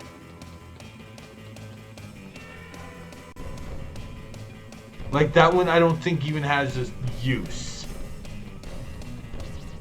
Yeah, I like the idea of using different gadgets individually, but this is just a very boring and this is just a very boring and kind of samey way to do it. Yeah. But then again, it is a licensed game on a budget, and Yeah. they didn't really have enough time to flesh out any of the functions. Yeah.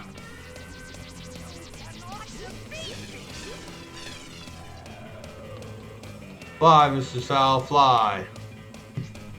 Fly, be free. Oh god, she was using her arms to fly. Yeah. Yeah, that's why I said that. I don't think I ever actually realized that she does. It's really hokey. It's like she smoked too much of that bird seed, if you know what I mean.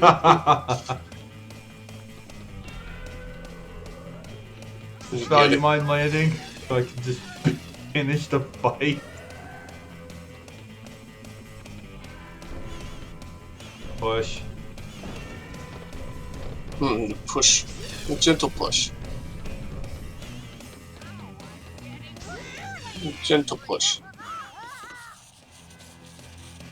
There. Yeah. Yeah. You notice how easy that is compared to the fight against Sheen. Hi, Calamitous. Really? I thought Sheen's was okay. Sheen's is a pain in the ass. Sheen's is a pain in the ass. Well, yeah, it can be when your first time around, and knowing the fact that you haven't played this game in a while, actually. That and also basically getting through a lot of the timing him right in the first round. It's in a submerged laboratory off the coast. That's all.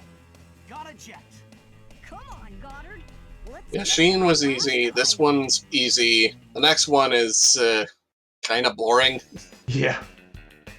And the other one is a bit confused. And the last one is kind of confusing. Spoilers, there's 4 bosses. Yeah. Yeah, there's 4 worlds in this. Yeah, so there's two stages of world. Jimmy, are you there? Calamitous is going crazy. Honestly, the bosses in Twonkies are way better than this. And he's not too happy about Yeah. trying to stop him. And it's all the same, and it's all like kind of the same or similar Memory serves monster. me correct. Yeah. There's an undersea Yeah, somewhere. they're all Twonkies. And that's what happens when you make a video game based off a half-hour special. At least this one was an hour. They didn't follow the story of it, but at least this was an hour. Really? It was an hour? I thought it was 44 minutes. Hold on, This I'm was double checking. Jet Fusion was like in the middle of season. Two-parter. It's a two-parter. So in it was an hour. Was it in the beginning of season 2 or in the middle of season 2? It was episodes 8 and 9 of season 2. Okay, so it's right around the beginning of season 2. Mm-hmm. And Twonkies is like in the beginning of season 3. And in my opinion, a much better special. Okay, wow. Okay, and I was wrong about how long Twonkies was. That was also a two-parter. And that was that was the season premiere for 3. Yeah. I thought that was around season 4 or 5. There wasn't a 4 or 5. Really? I thought there were at least 4 seasons of the show. No, it was 3 seasons. Huh. And the last episode featured Tim Allen. No, the last episode was the League of Villains. It was? Yeah. I thought it was the one where Tim Allen's in it. No, it was no. You would think that it would be Win Lose Kaboom because that's honestly would have been a much better season finale. But no, it was it was League of Villains. Where King Ghidorah gets Calamitous, Beautiful Gorgeous, and literally every single B-list villain Jimmy fought. Except for the manager at McSpanky's. Yeah, which that guy wasn't a villain though. What about the bandits? Yeah, those guys were in it, and that's what D-pad reminded me that I could not remember I did not remember that they were in that. Yeah. I literally thought the villains for that. I thought that the nanobots were in that. Mm-mm. Which they would be much better villains than a lot of what they chose. What about the Junk Man? One note villain. I liked the episode. I'm not gonna say the episode was bad, but it's like he was a one note villain. He really should not have been in there. He really should not have been in the same group as Calamitous. Yeah. Neither should his daughter. Neither should Beautiful Gorgeous. Okay, Calamitous I can understand. King Goobot I can also understand. Beautiful Gorgeous you can't because like they don't really do. They didn't.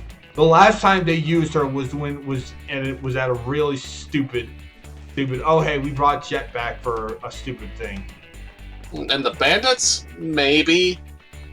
They only were villains for at least one episode. When Jimmy and the gang were just mining rubies. Yeah.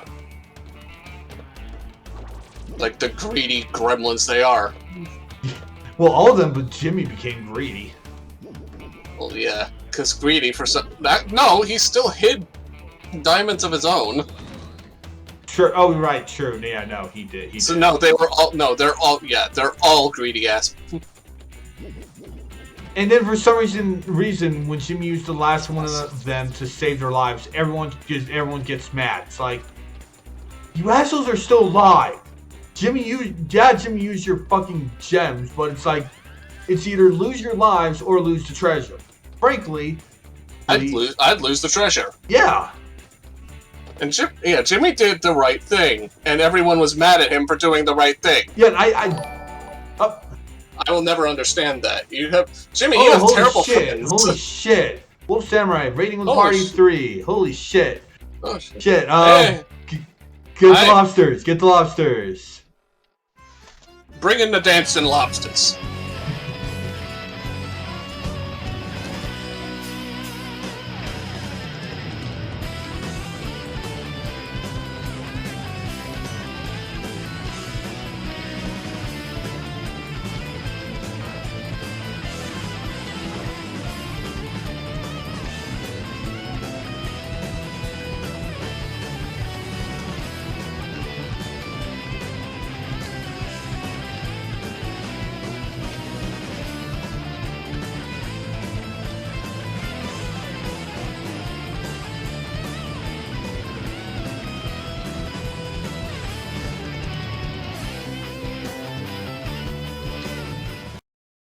Wolf Samurai, thank you for the raid. How are you guys doing? That before in my life. I muted Discord just so you wouldn't talk over. But yeah, sorry about that. Yeah, what's the very important thing? Yeah, it's like I still have not played Yakuza 7. I'm still in 0. But I saw that and it's like, yes, I want that as my raid message, as my raid countermeasures. How you doing, Wolf? What were you playing? I still need to get the. I need to talk to Leo about getting the shout out command going.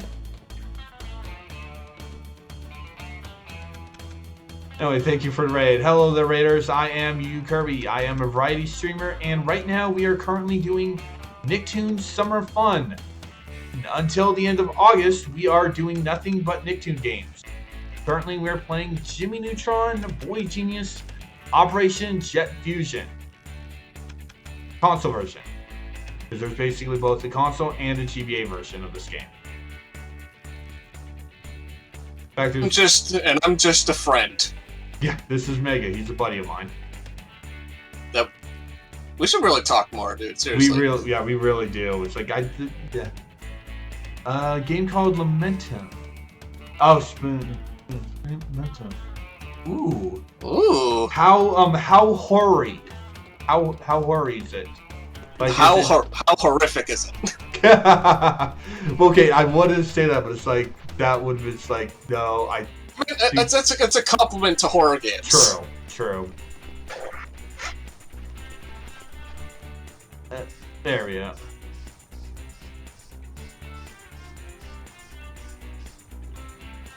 I just need to be clicking away so I can look at the chat.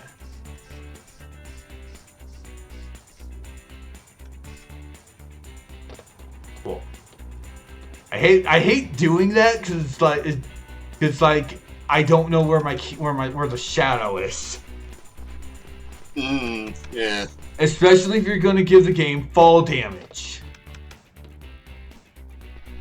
Frankly, it's like Conker's Bad Fur Day fall damage, where you just fall from 1 foot and you get damaged.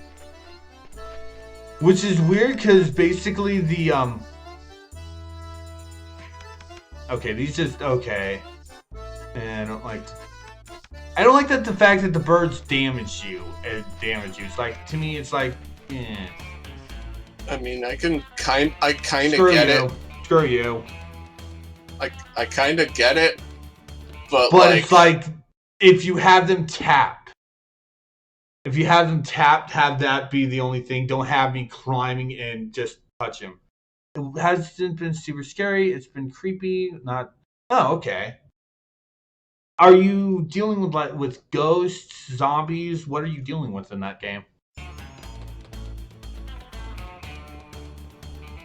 I would assume ghosts. How so? I don't know. I just have a feeling.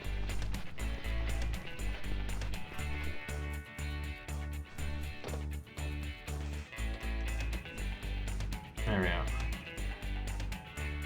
Also, this is the second time today I've had to climb a ship in a video game. And let me guess, the first time was in Assassin's Creed? Crash 4. Because I've actually gone back to playing that game. Oh yeah, It was free because it's free on Plus for this month.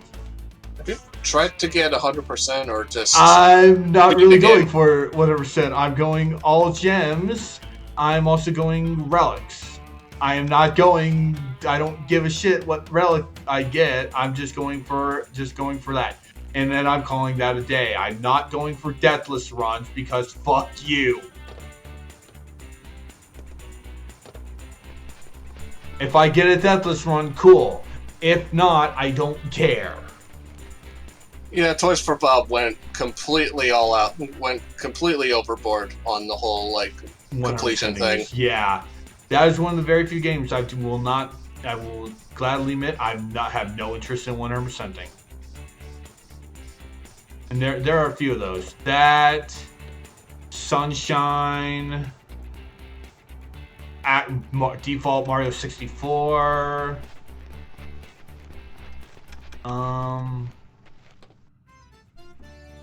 Yakuza 0. I will be getting all sub-stories, but I'm not going for basically every single, but I'm not going every single, thing. Screw you.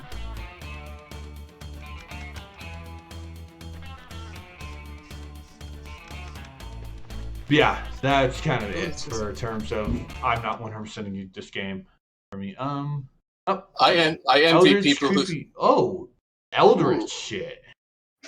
who That Lovecraftian. That stuff's usually fun. Also, hey there, Magpie. Right now, not quite sure. It's got some weird monsters. I actually want to kind of see some of that because we have Elders, which while it's kind of tired and old that whenever we go Eldritch for games, you also barely see it. So it's kind of an interesting idea to go, hey, here's a game where you're dealing with Eldritch beings. You're dealing with Lovecraftian horrors. Yeah, but yeah, like one of the games I like a game I can very easily see for Lovecraft that doesn't get talked about a lot is the MMO A Secret World.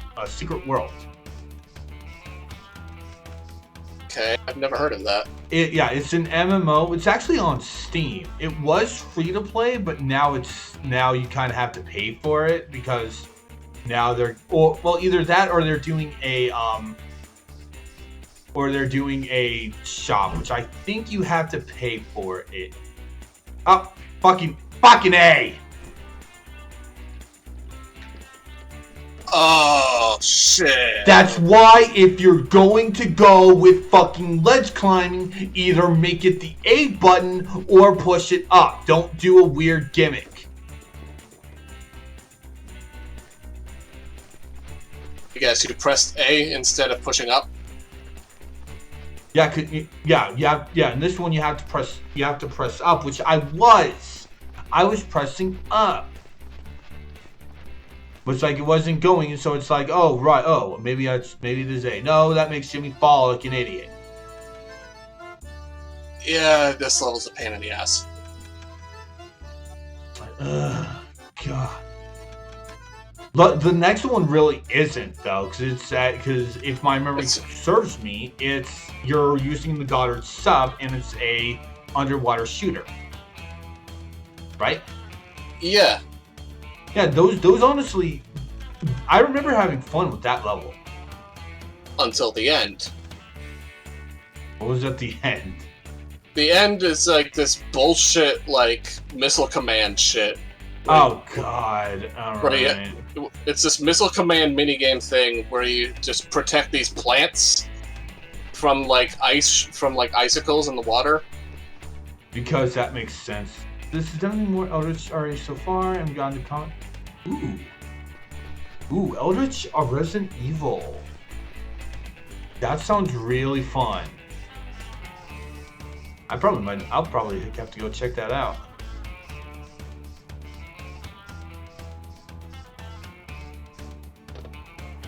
I mean, doing this first part. Honestly, I really feel they should have put a checkpoint up on this mass. Even if it wouldn't make sense, it's like at least put one there. At least have like a floating platform right there for the thing to land on. Yeah.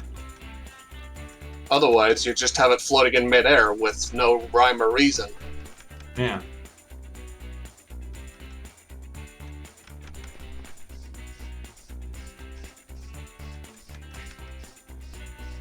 I personally can't wait for Twonkies.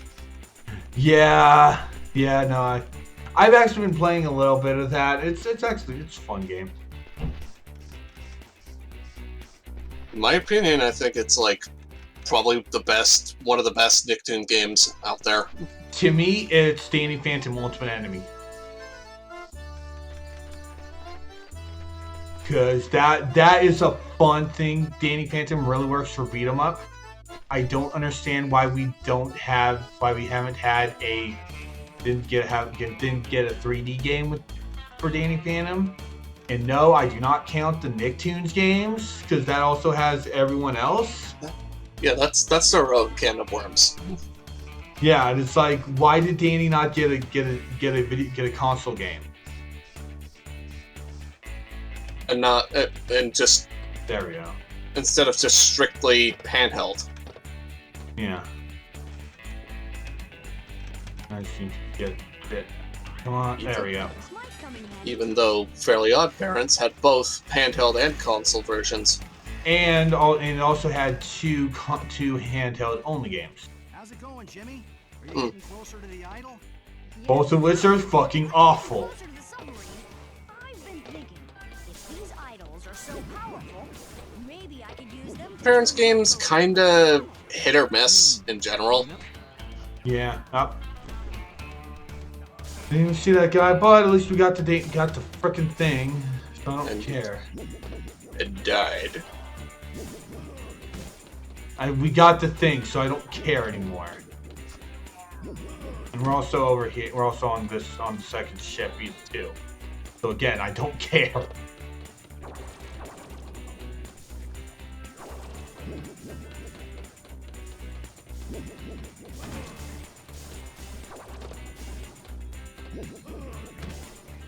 iMovie has pirates. I've never seen that. Not super expensive game, $16. All right, thanks, Wolf. Well, you have a good day. Thanks for the raid. By the way, for those of you joining from Wolf's raid, there's a link to my Discord if you want to come in, hang out with me and my friends, and participate in like movie nights, which I need to get back to, and a lot of other stuff. There's the link to Discord.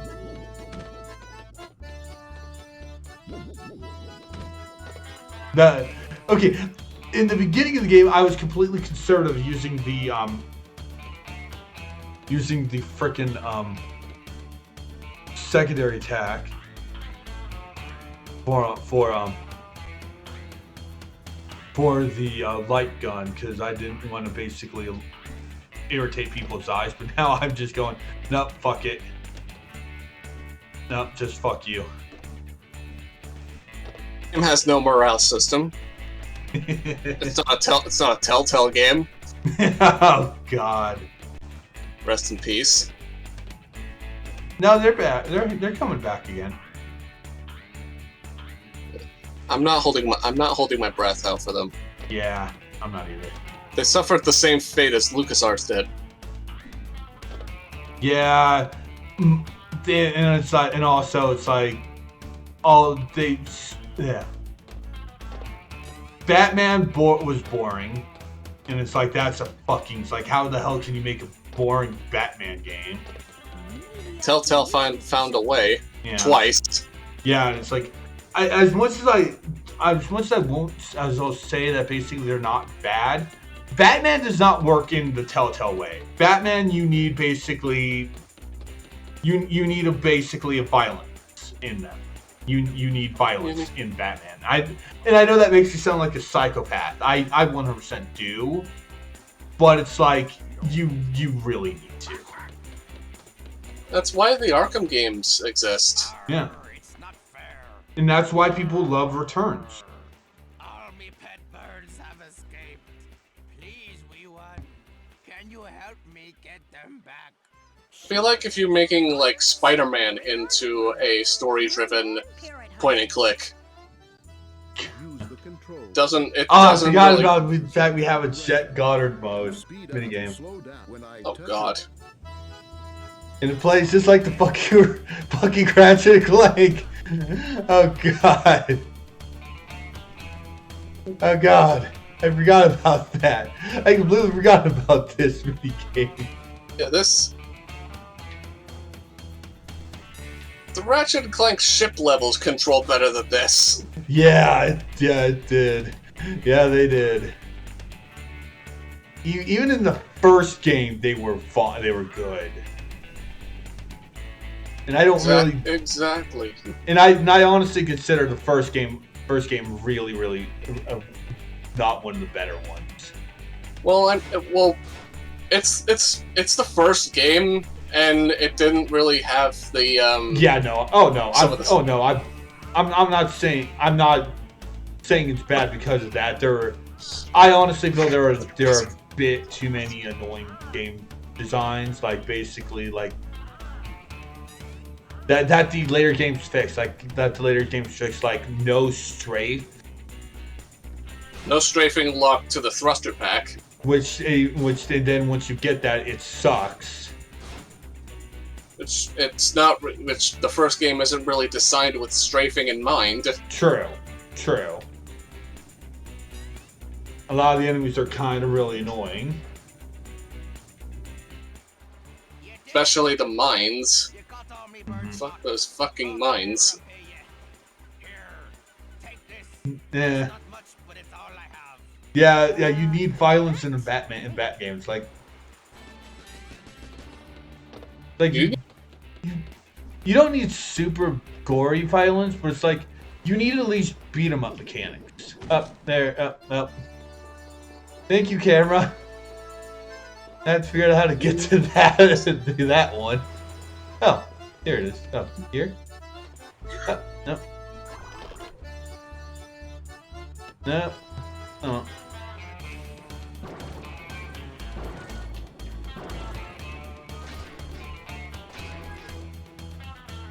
I've heard very good things about the Telltale Borderlands game. So Tales from the Borderlands. Yeah, I've heard very good things on that. I also heard that apparently we're going to get a second one. No. I don't believe that. Oh, I'm with you. I'll believe it when I see it. As much as I would love a sequel to Tales from the Borderlands, I don't really think it's actually happening. Oh, that's what those are. Okay. Those are the movie objects then.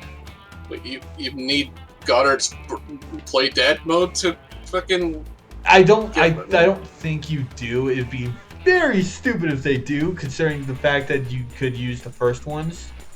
That the first ones you didn't need those. Because the other movie objects you just use like your weapons. Yeah, you use the secondary use the secondary light cannon attack for those. Then Chrome Studios is like, no, fuck that. Fuck that. We're gonna inconvenience the player. Wouldn't be the first time, to be straight honest. And I'm kind of looking at Slide 2 and 3. Tie 2 and 3. I was about to say, Slide 2 and 3 didn't. I don't know why I said Sly. It didn't have that much inconvenience in it. Yeah. Jesus. Yeah, but I mean Tie 2 and 3. I still need to get back to playing Tie 2, but I honestly do. I am not. I think it's pretty weak. Okay. Okay, good. Okay, cool. So we need the wind gust. We need the wind weapon. Okay, good. Thank fuck for that. Because like using Goddard's ability, it's like no, you guys waste that. Cause that.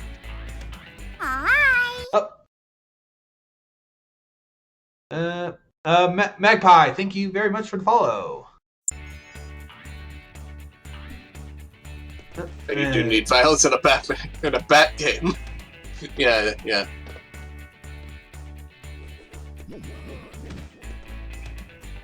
So what's your how do you feel for the upcoming Bat games? Arkham Knights and Suicide Squad. I can see happening. Suicide Squad? Considering how much the movie itself wasn't It's not tied really... to the movie. It's not tied to the movie.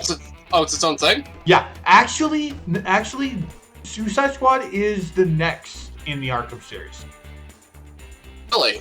Yeah. Is it made by Rocksteady? I think both of them are being done by Rocksteady. I don't remember. I know Suicide Squad is.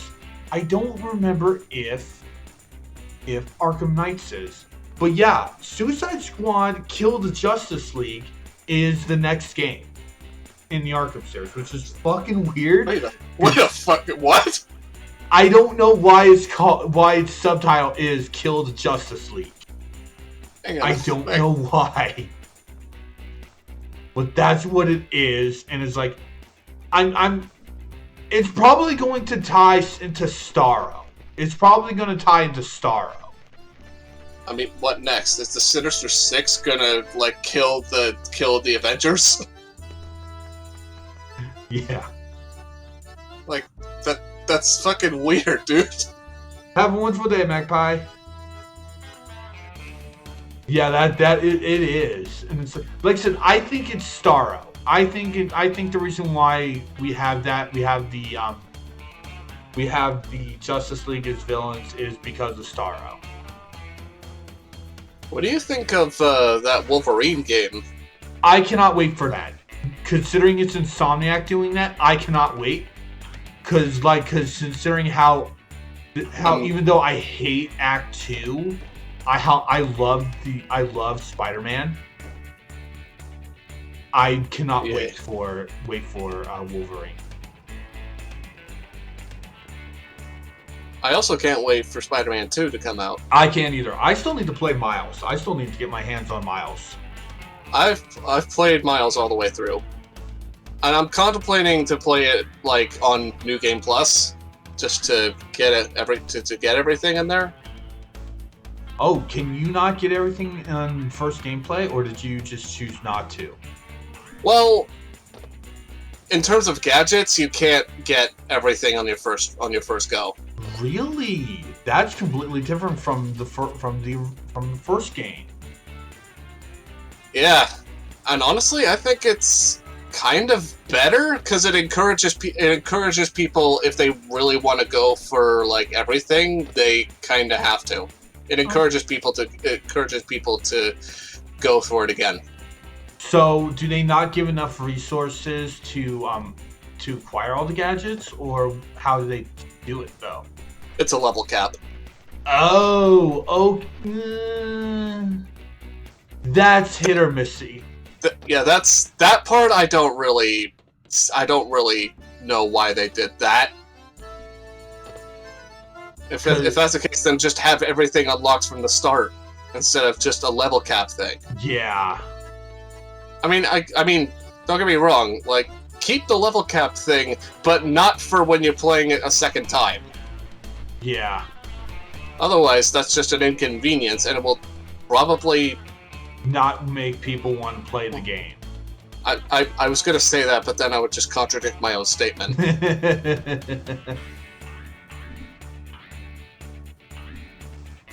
So, I always hate having to make large gaps with basically a bouncy thing. Cause it's like, God, that makes me so anxious, especially if it's above a bottomless pit. Or in this case, water. Well, it's still bottomless pit. You still die. You still die, but it's not really a bottomless pit. It's just water. Bottomless water. Okay, bottomless water. No, an endless ocean, if you will. Oh, God damn it! No. God damn it. Throwback to that obscure Wii game. Which also had a sequel, by the way. Was it only in Europe? I don't know. Look that up. I know there are region-specific exclusive games on the Wii. Yeah. Yeah, like One Piece Unlimited Cruise is one of those games. Disaster Day of Crisis is one of those games. Really? Okay. I thought that came to America because I'm pretty sure the Super Best Friends played that. Well, they imported it from Europe. Oh, true. From my knowledge, there is not there's not an American release of Disaster Day of Crisis. Huh. Never. It was first released in Japan, I think, because Nintendo. Yeah. And then Europe, but America never got it. Yeah. it didn't get the same thing that Xenoblade got. Which back then it was like Atlas levels of just not giving a shit about localization. No, actually, the Monolith wanted to do wanted to get English voice actors for Xenoblade, but they did not know that Nintendo wanted to. Well, they didn't know Nintendo was going to do to bring it to America. If they had known, they would not have had British voice acting for 1. I don't know about 2 or 3. I like the British voice acting in 1. British voice acting to me is hit or miss. I don't mind it. Like, I don't mind Shulk's voice. When you go with a character that has a Cockney voice and you make them a main character, that's when you annoy me. Wait, so Shulk has a Cockney voice? Not Shulk. Fiora. Fiora. Ugh. I always hate that. I always hate that. That would be like if you give Ricky a Scottish accent. Yeah. It doesn't make that just like. Which I wouldn't mind Ricky, I wouldn't mind if he had a Cockney accent because of how he is. Not Fiora. Yeah, it's like, especially with what they do with her in the story. Ugh. Oh, god damn it. Are you shitting me? Yeah, these boats are a pain in the ass. This is why I do not like swinging platforming a lot of times. Well, when they're done wrong, I personally don't mind. Oh god. Yeah, that's me pressing A again. I don't mind swinging on ropes as a concept in platformers. It's just a really tricky thing to get right. Yeah, it is, and this is not one of those.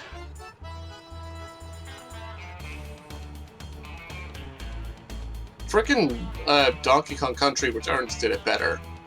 That's also 2.5D though. But still, I think rope swinging works a lot better in a 2.5D side scroller rather than a 3D game. 2D. Rope swinging works better in 2D. While I said DK, I meant 2D. Yeah. Yeah.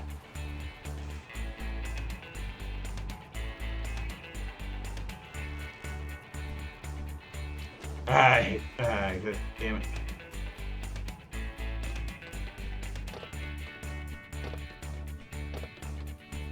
Suggest save states, but no. Yeah, I honestly want to avoid using a lot of save states. Like, the only time I would ever use save states is if I was ever playing like a bullshit ROM hack. Yeah. Oh, Jesus! I got a little. That was a butt clencher. Yeah, no, I got a little scared of that.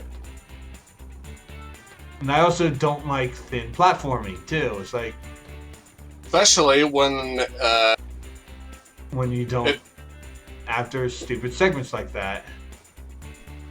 Or I was about to say, especially when like the game isn't built around tight-roping. Yeah, it's like this isn't a bad game, but there are really awful game design choices in this. I'd consider Jet Fusion a good game, but with somewhat good games with a lot of flaws. With serious amounts of flaws. Yeah. That sometimes kind of just deter from the overall experience. Yeah, like I know I won't miss a navigation piece. I know I missed one. And I missed it because of the camera, because I couldn't see the one navigation piece. I find myself going to Navi-G. I don't know why.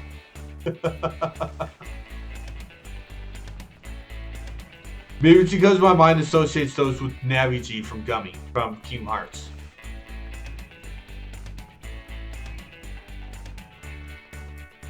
Okay, you said Navi. I'm just like, oh god, no. No, not that Navi. Actually, now that I think about it, Navi isn't actually that bad of a sidekick. Oh, god damn it. Really? She's really not. Not you. Not what you said. It's like if Jimmy's head or if Jimmy's body is like neck deep in water, he fucking drowns. That's not how drowning works. That would be a very shitty life if you aren't allowed to ever swim. Oh god damn it! All right, that's me screwing up that jump. Rip. Son of a bitch. Yeah, Navi is not that bad. Yeah, I don't like Tattle. I don't like Tattle. Yeah, Tattle's kind of a bitch. Alright, here I will be using save state though. Makes it wish if Tail was one of the sidekicks instead of Tattle. I think Tail would have been similar to Tattle, but honestly warm up to Link a lot earlier than his sister. Tattle? Yeah. I don't know how I survived that, but I'll take it. Holy shit. I don't know how I survived that, but again, I'll take it. I mean, it's like if you go like knee deep in water, you die. What kind of sense does that make? Is he just like is Jimmy a witch? Is he melting? Oh, if you ask some Retroville billions, they probably would immediately buy it. It's like, buy it. Because I remember we are talking about the same people who wanted to burn the boy for basically... Well, no. We're talking about the same bunch of people who basically became addicted to candy he made and acted like a bunch of drug addicts. Basically decided to mock him when the Yokians revealed, oh, we're not that, we're just trying to be peaceful, and it's like Retro Villains decided, oh hey, ha ha ha, Jimmy, you were wrong, ha ha ha ha. It's like, you guys were ready to kill them too. You fucking idiots. The Yokians just got rid of every single adult in Retroville to be sacrificed to a goddamn chicken. Yeah. Like, why would you want to kill the boy genius? No, they didn't want to kill him. They just basically jumped on it for that. It's like, hey, Jimmy, ha ha ha. Either way, why would you go out of your way to mock the savior of Retroville? Who I think by that time has saved it at least a good 30 times. It's a lot of times. Yeah, either way, basically, it's like you guys are fucking idiots. Well, either idiots or they just don't appreciate it. They just don't really appreciate Jimmy all that well. I better fucking keep that one game. You do. Good. Because like, fuck you. Now let's get back to where I was. Thank God Chrome is merciful, and that if you get an item, then it stayed capped, yeah. Like Donkey Kong Country. No. Yeah, actually. Well, maybe not the game over side thing, but like if you get it, you don't have to beat the entire level just to have it capped. You just save it. You could just pause and select. And just oh, that's what you mean. Yeah, I know. Okay. I mean, you have to save you gotta save the game in order for it to actually stick. But otherwise, yeah, it's almost like Rare is a very good game company that Microsoft aren't doing shit with. Yeah. Okay. So since you brought them up, what's your thoughts on Banjo-Tooie and DK64 then?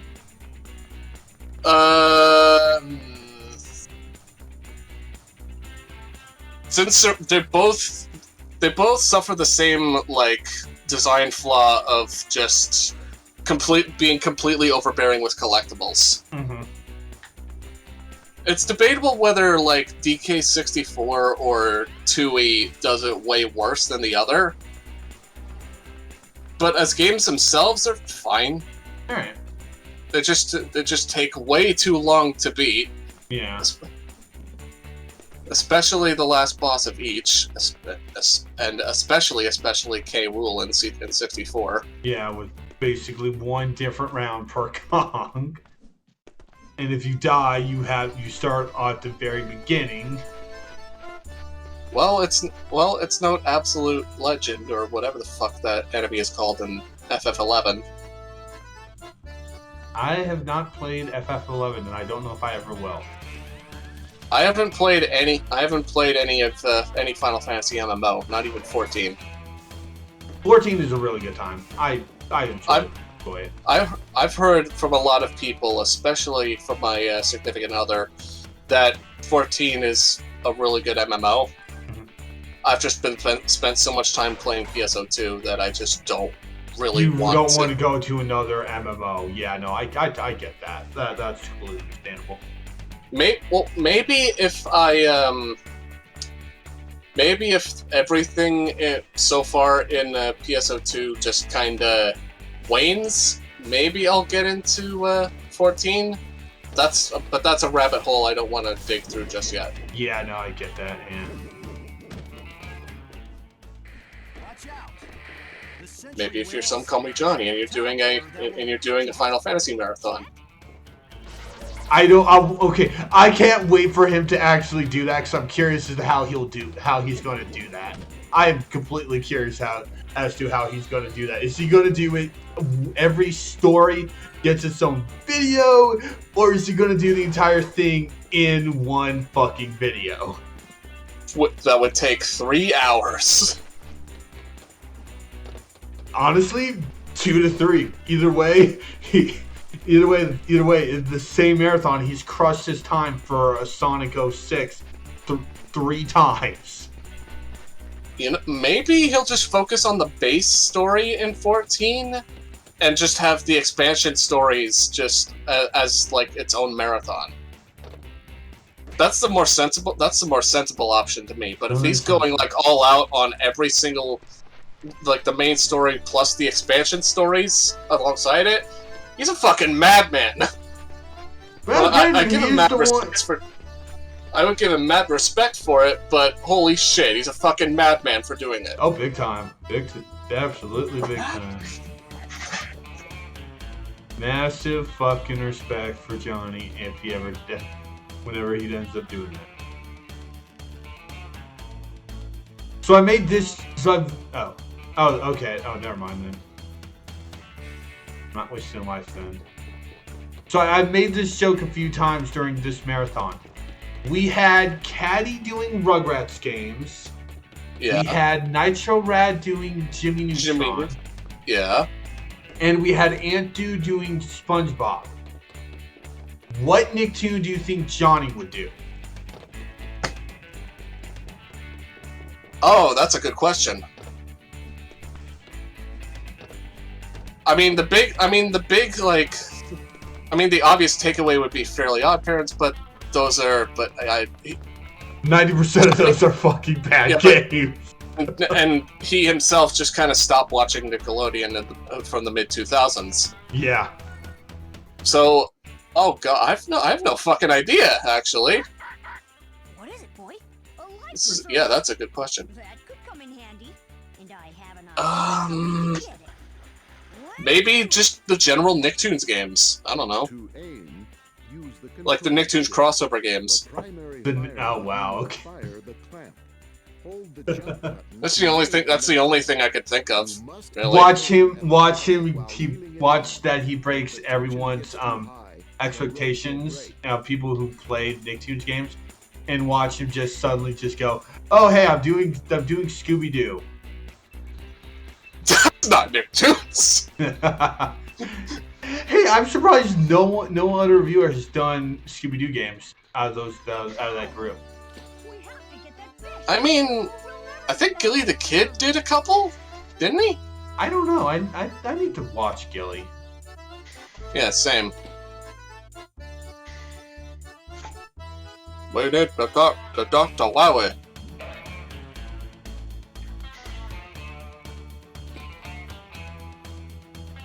Oh, God.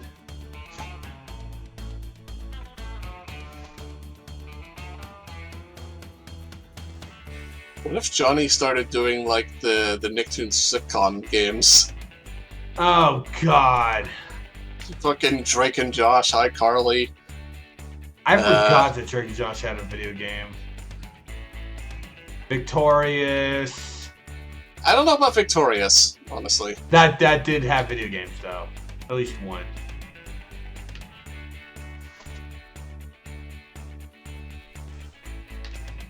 Kid? Sorry. Yeah. Nostalgia.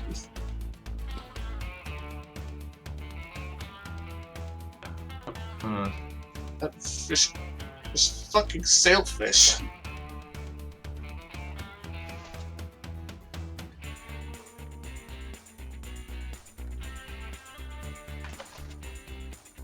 Alright, sorry about that. Basically, D-Pad has just messaged me about some podcast stuff. I need to real quick check. The D-Pad. What? Naked Brothers Band. Oh, that's a whiplash and a half. I forgot that was a thing. Big Time Rush, I believe, had at least one game. Zoe 101. I forgot that had a game. That's Declassified? I don't think No, that ever had. no, I don't that think never that ever had had a a game. game. That didn't have a game, and honestly, I cannot see it having one. Yeah, I don't see it either. Maybe as like a life, not a life sim. Maybe as like one of those like visual novel things. Yeah. Actually, no, that'd be very. No, that would actually be very disturbing. Yeah. It's like we also already have too many of those.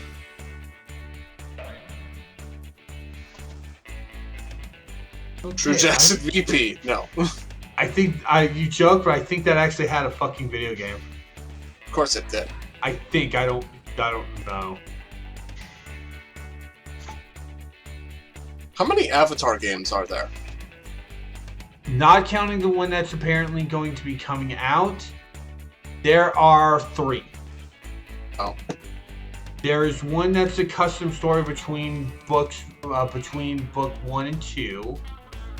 There's Burning Earth, which covers the first half of book 2.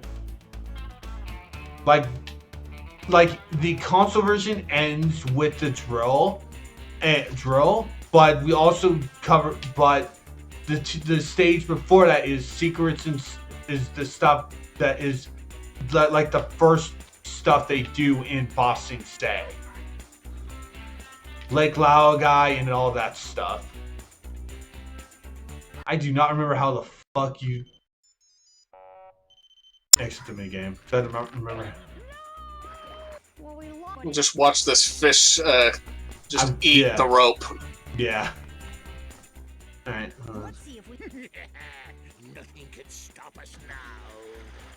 What's stopping Jimmy from just getting a boat and just fishing for it? Hold the jump button to Oh. the clamp. You must keep A. Nothing can stop us now. Oh, okay.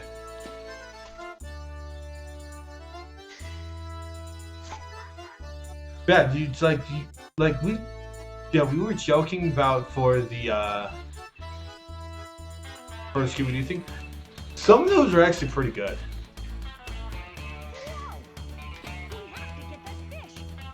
I've heard like one of the best is like House of a Thousand Spooks or something. I've never heard of that game. It's something like that, and it's one of the better Scooby-Doo games. Night of 100 Frights. Night of 100 Frights. That's what you're thinking of. Yeah, that's what I was thinking of. Yeah, that's a really good one. It's a Metroidvania. A Metroidvania Scooby-Doo title. A 3D one, and it's kind of right because you have to come back to certain stuff with special abilities.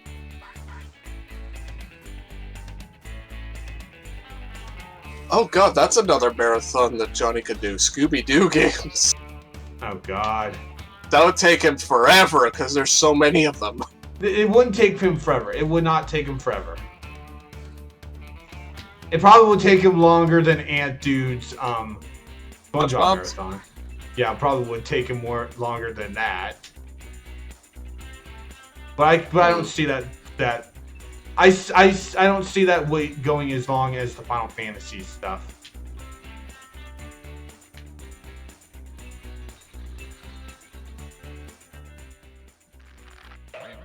God.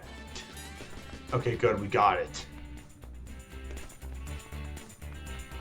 And he burped. This area looks like the perfect place to try out the Goddard ski. I cannot do it, Captain. I get no power. I don't seem to have the upgrade chip. It must be around here somewhere. Yeah, that's the end of the stage. This area No, Jimmy. This area Jimmy! Jimmy, shut the fuck up! I know, we don't have the goddamn thing for the Goddard ski.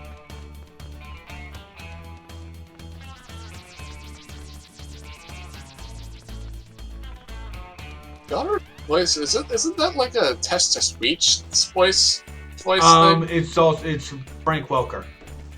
Oh, it's Frank Welker. Of course it is.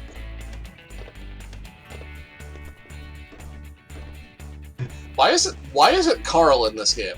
I don't know, and honestly, I wanted to cover that when we cover this when we do the GBA version. But but the boss of the jungle in the GBA version is not Mrs. Fowl. Is it Carl? It's Carl as Bigfoot. It was a planned thing for the console version, but it never saw. Yeah, there's concept art of that in this game, but it never saw any fruition. Yeah, it's like, why?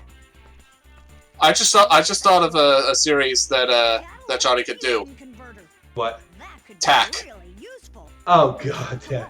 I'm still debating if I want to add the TAC games to this.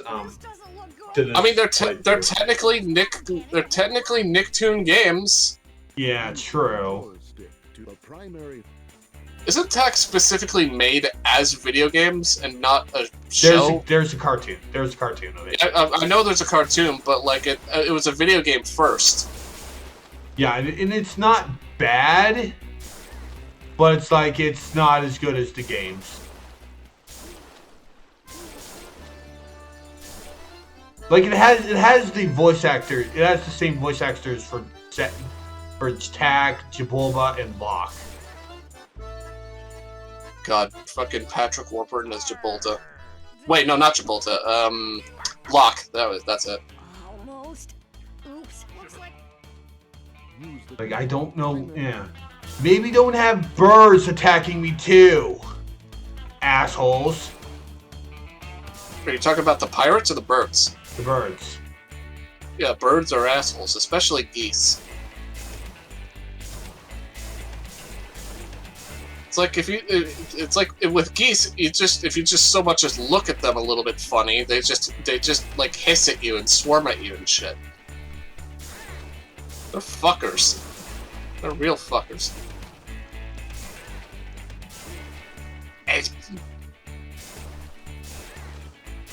Yeah, this whole mini game's a butt clencher.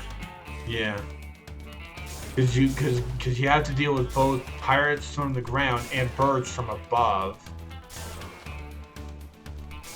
I mean, points for keeping an urgency. But it's like and also it's like, oh gee, let's make you do it for 60 enemies. Yeah, they went way too overboard on this. If they would have capped it at like say 30 or 40 at a maybe, then it would be fine. 30 if for both, 40 if it's just pirates. But not 60 for both. That's too long. Oh shit. Yeah, no, yeah, it's like crap. I was just watching a stream back, and I just saw the bird come right at you. It's like, oh shit! Yeah, it's like it's like, yeah, crap. Did I get it too late? It's like, but yeah, the console version of Burning Earth, the second Avatar game, that covers up to the drill, but the drill is the last stage, and you covered the first the Lake Laogai stuff of Ba Sing Se before it. And it's like, that's not supposed to happen. Ah, goddamn. Okay, oh good. Good, I did it. It's like, that's not supposed to happen. And what's also not supposed to happen, Zuko is not supposed to be fucking part of the drill stuff. Yeah, Zuko doesn't appear as like a part of the group until like book 3, right? No. I don't mean he's part of Team Avatar. The final boss is both him and Azula. Wait, why? I don't know. Why both him and Azula? I don't know. And it's like you also have another weird thing is Jet is a playable character in that, and you play him more than you play as Zuko. The fuck? Zuko is only playable for the story segment of Lake Laogai, where basically he and Uncle free Appa. I would love if there's like a Last Airbender game to just tackle all 3 books. That's what apparently we might be getting that. Because apparently I'm hearing a rumor we're getting an Avatar game. It's just gonna take a long time. Yeah, and it's like, honestly, I hope we do get one, because I would love to have a game. You also gotta have the cactus juice scene. No, come on, that's funny as shit. It is, but it's like... It's the quenchiest!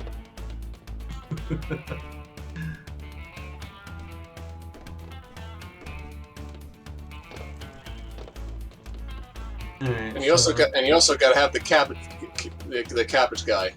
Yeah.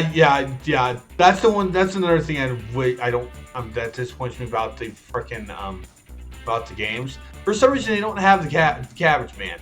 None of them have the Cabbage Man. And it's like, why? Why did you ignore such a prominent character in the entire series? It's like, why would you ever like ignore some of the funny in it? That balances out the seriousness in it. Yeah. That'd be like if you were just making an adaptation, where it's just all seriousness and nothing else. Oh wait. It doesn't even have all the seriousness, too.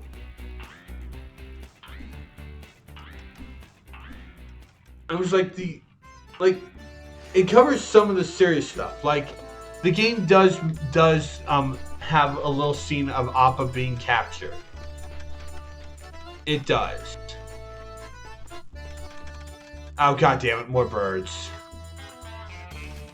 This one isn't as overbearing as the first one. Yeah, because there's no birds on the bottom floor. But even then, the one bird on the bottom moved really slowly. Yeah. And you don't get. Wait, do you actually get damaged if it just touches you? Yeah, you get damaged if they touch you. Oh, so at that point you're just stuck waiting until you have an opportunity to climb that ladder. Yeah. Fuck that. Make it so that only the beaking, only like the pecking, damages it, not when you've touched his fucking talons. Yeah. Which, granted, yes, talons do hurt. Talons do hurt. But for a gameplay aspect, that's just bullshit. Yeah, no. Ski upgrade, install If it was real life, I can understand that. the line. But this isn't real life. This is a video game.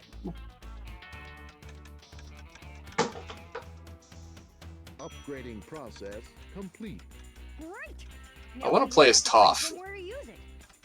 Toph was fun to play as in the game. Toph was fun to play as. Toph in general is just a really good character. Yeah, she is. It's just completely not giving a shit about everything, and just live her best life despite being, blind. Yeah. And even then, some people end up forgetting she's blind. Can you put them away, please? Go ahead. And even then, some people forget she's blind. Even Shyamalan. Wait, she's in that movie? No, I don't think so. You know what? I'm gonna pause. I'm gonna check. Now you made me curious. I really don't think Toph is in it. Is in the live action adaptation. Much to our delight.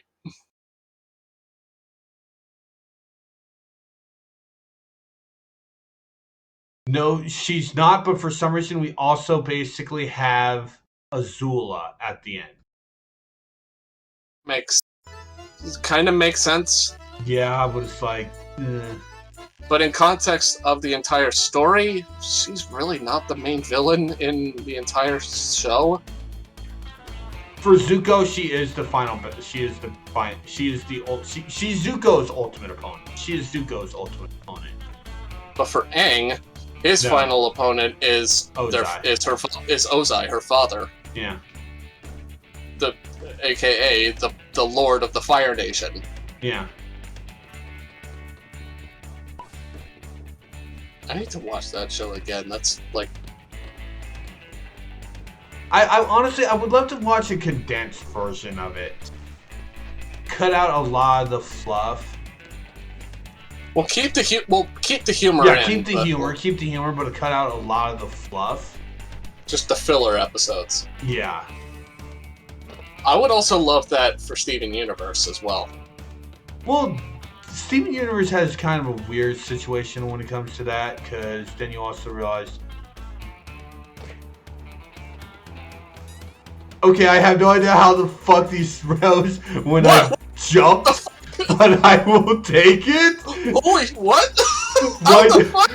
I have no idea how the hell you make those rays, but I'm just going to accept the fact that I took a hit and just... that just happened. Oh, it's like... What? I was honestly expecting to basically just have landed in the water. I was expecting you to fall in the water too, like a reasonable game should. But no, it just that moment it just decided to be nice to you. I'm just saying, you know what? Well, you know what? We'll give him a pass. Let it be. We'll give him a pass on it. We'll let him have it. We'll let him have no. We'll not let him die this one time. That's very inconsistent as shit. Hey, I'll take it. I'll take it when it's inconsistent as shit from that benefits me. You know, it's like it's inconsistent, but it's like it helped. It was a helpful inconsistent. But you gotta figure, at that point, why bother putting in, like, optional objects in places you can't reach in the first place? Yeah. Congratulations, Jimmy. You did one of the easiest fucking things ever. And now you're on Tennis Island. Yeah, it's a tennis court. There's no fucking reason why. There's no tennis court. Well, it's a tennis court, but there's no net in the middle. Huh? That would be like if you're going to a basketball court and there's no basketball. Yeah. And there's no baskets. And now we go back again. I mean, this is better than the Pachinko machine in the GBA version. Oh god, I forgot about that. That there's a fucking pachinko machine in that. Oh my god, I forgot about that. Yeah, that is just like no explanation as to why or how or what. Just in reference to Nitro Red, obviously. Yeah. That is, yeah, but honestly, that is I a very funny bit. I forgot that the fucking T-pose ball was the secondary fire for the bubblegum gun. I forgot that it was. For some reason I thought it was an invention in the last world. Oh no, the invention in the last world is actually a lot cooler than just Monkey Ball. Yeah.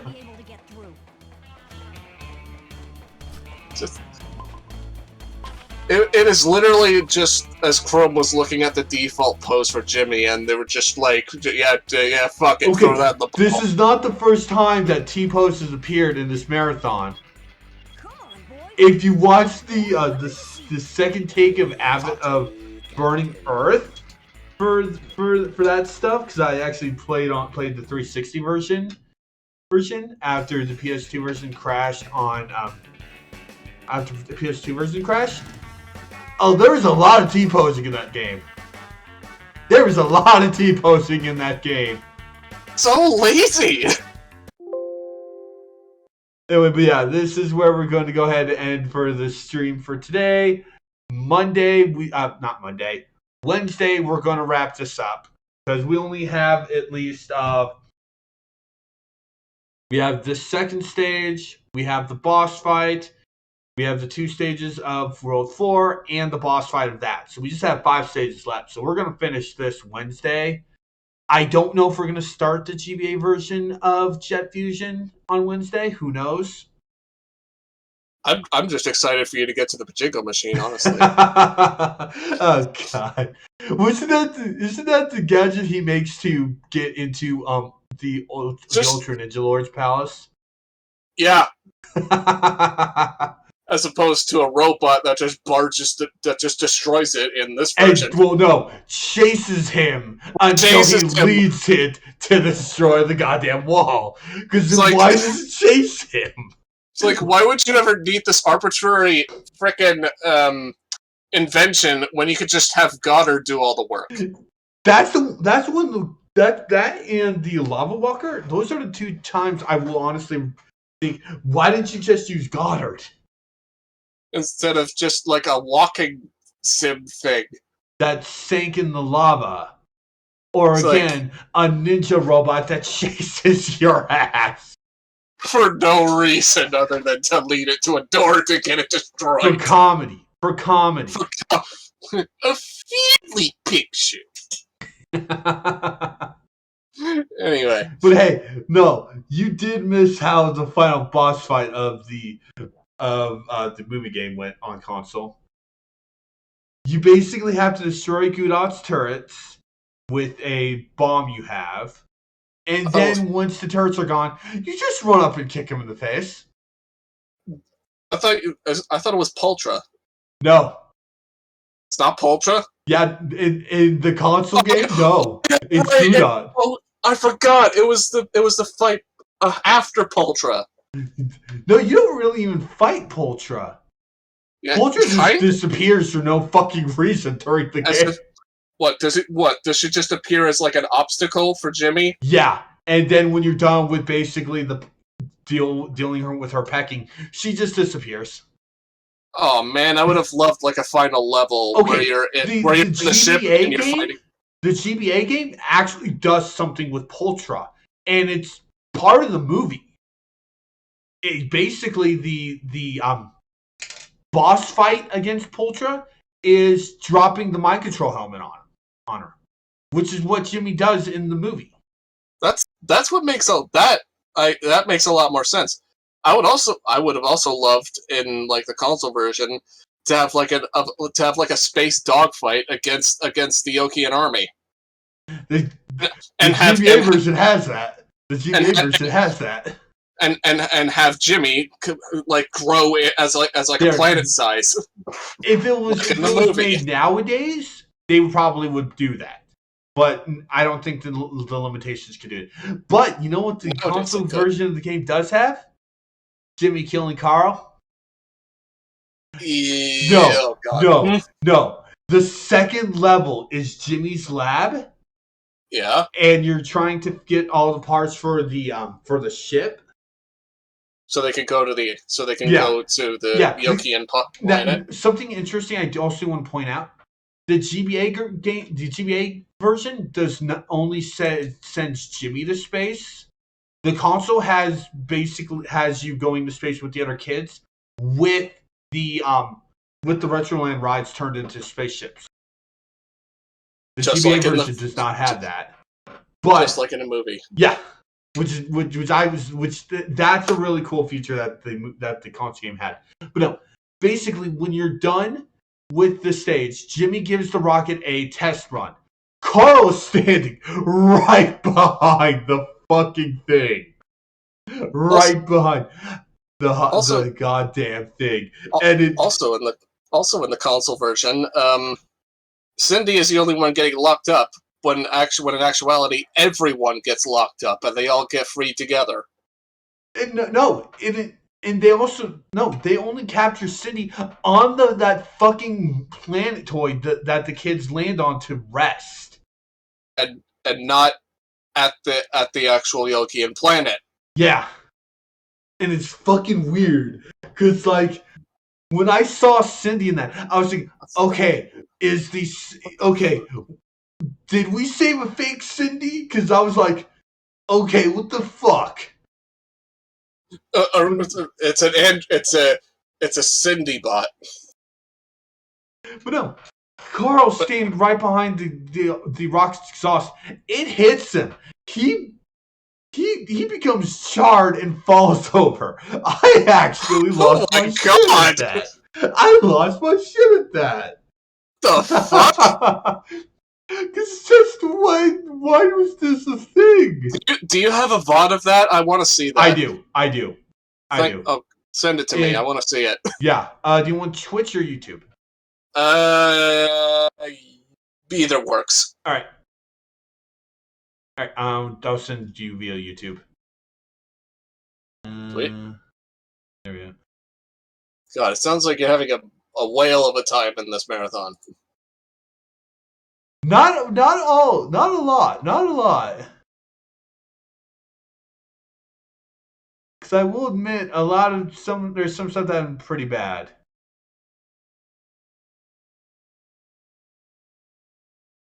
A lot of games are hit and miss, but yeah, but there are some that are very good.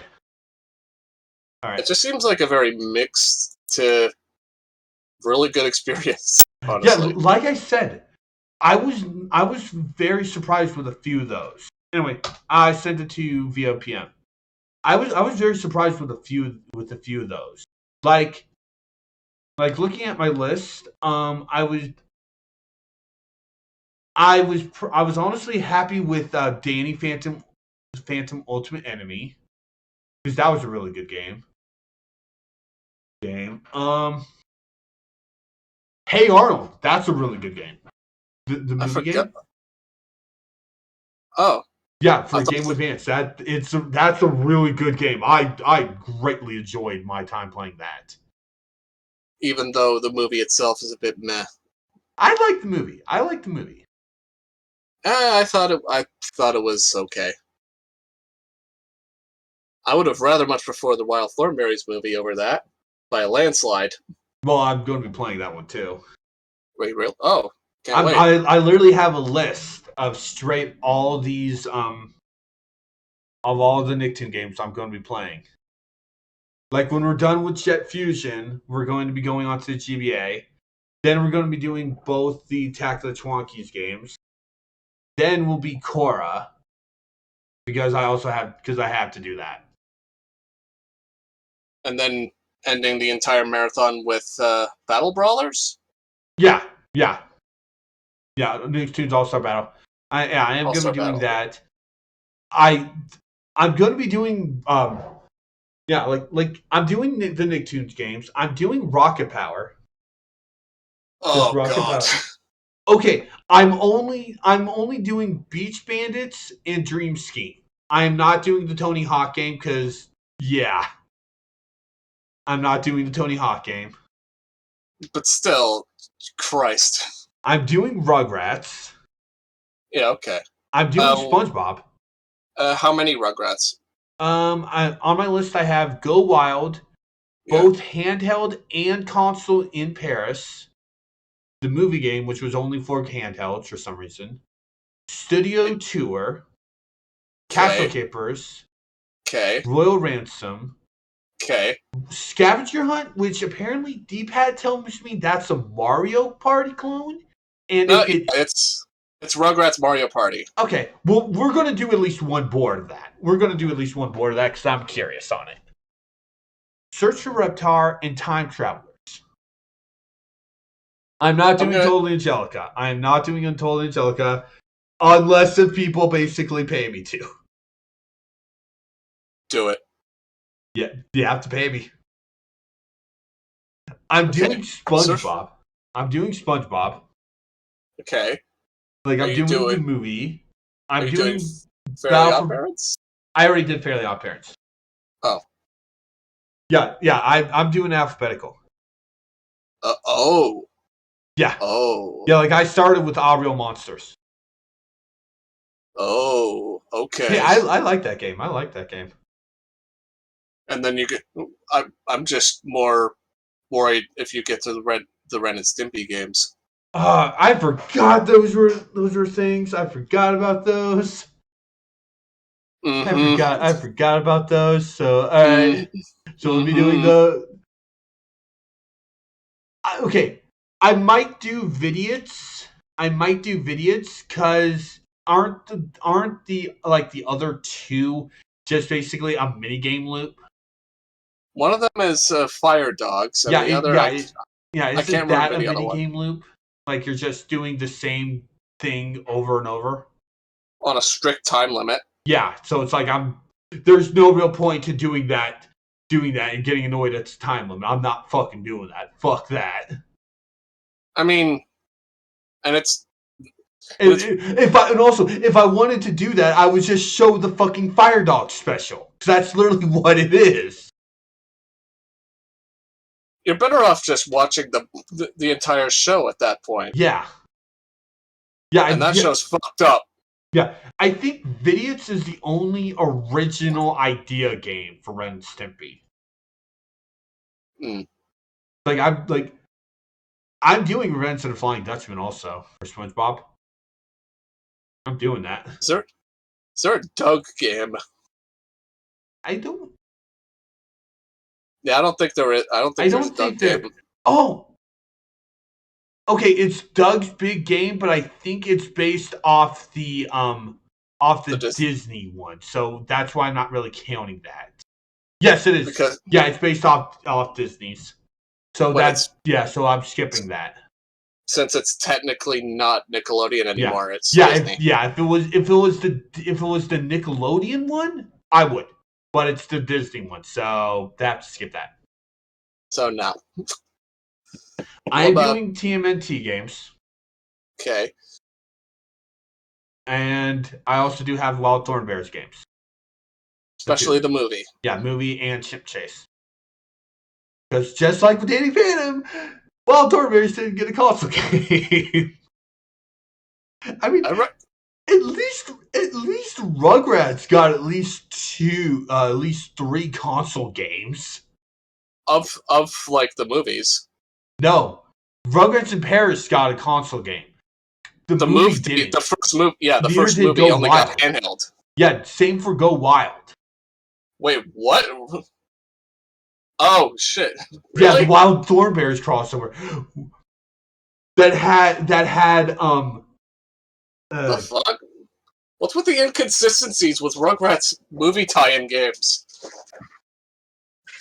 That had Rugrats World, which basically had fucking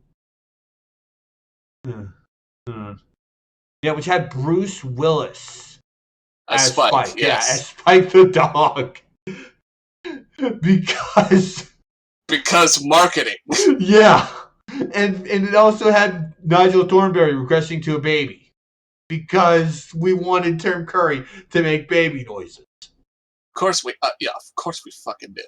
And also apparently it also had the babies almost drowning. Yeah, because I've never seen the fucking movie, but apparently there's a scene with the babies and Nigel. I don't even know if he's back to being himself or not yet. That you're gonna have to submarine and is filling with water. You're gonna have to watch the movie to find out. I've seen the movie. I'm not telling you shit about it. I'm gonna play the game, and I'm gonna laugh if that scene's in the fucking game. Where the babies almost die. Like, that's the only time they've almost died. Like, actually almost died. Like, well, no. The other time, have you seen the movie? No. Which movie? Which movie? The original one or Paris? Go Wild. No, I've never seen Go Wild. Never mind. I'm just gonna say it. The part where they almost drowned. That's not the only part where the babies almost die. What the fuck? That is all I'm gonna say. That is all I'm gonna say about it. You gotta have to find that shit out yourself. What the fuck? Why? Why is this? But at least it's not as. Trying to kill the goddamn babies and life. Twice in the same movie. Life is what. But at least it's not as dark and utterly depressing as the first movie. Yeah, Tommy almost lets monkeys sacrificing his brother to monkeys. Yeah, that's still one of the most hilarious scenes where he's just holding the thing of banana gunk, and he's going to just pour it onto Dell, and get licked to death. Or eaten, because let's be straight honest, those monkeys have fangs. They're not even, those aren't monkeys, those are mandrills. Wait, they were? No, they're monkeys. Okay. It was like, those monkeys were fucking animalistic, and they're supposed to be from a circus. What the fuck? Those are not circus monkeys. Yeah! Right? How have you been treating those monkeys, dude? Well, considering that it's the circus, probably very poorly. True. But it's like, what the fuck? And it's the 90s, where animal activism isn't really a thing yet. True. That's true. Like, I mean, hell, the SpongeBob movie also almost had SpongeBob Patrick die, too, also. Yeah, and that's that almost fucked me up as a kid. Like, oh god, SpongeBob died. Oh god. Yeah, I was like that as a kid. But then it's like they die for like 30 seconds, and it's because of SpongeBob's tear. Well, the tear from both of them form a heart and just basically short circuits the fucking power. And activates the sprinkler system. Yeah, that's really weird because a plug. I don't think a plug would go like that from a single tier. That must be the gift shop's electrical system must be very poor. Yeah. At that point. Yeah. Anyway, we've been talking way too long. I'm pretty sure we've been going on at least like maybe 16 minutes. It's fun. It's fun though. It is. I'm not gonna say it's not. It's not. But yeah, let's cut this short. All right. Yeah. All right. We need to think of a raid message because I know who we're going to be raiding.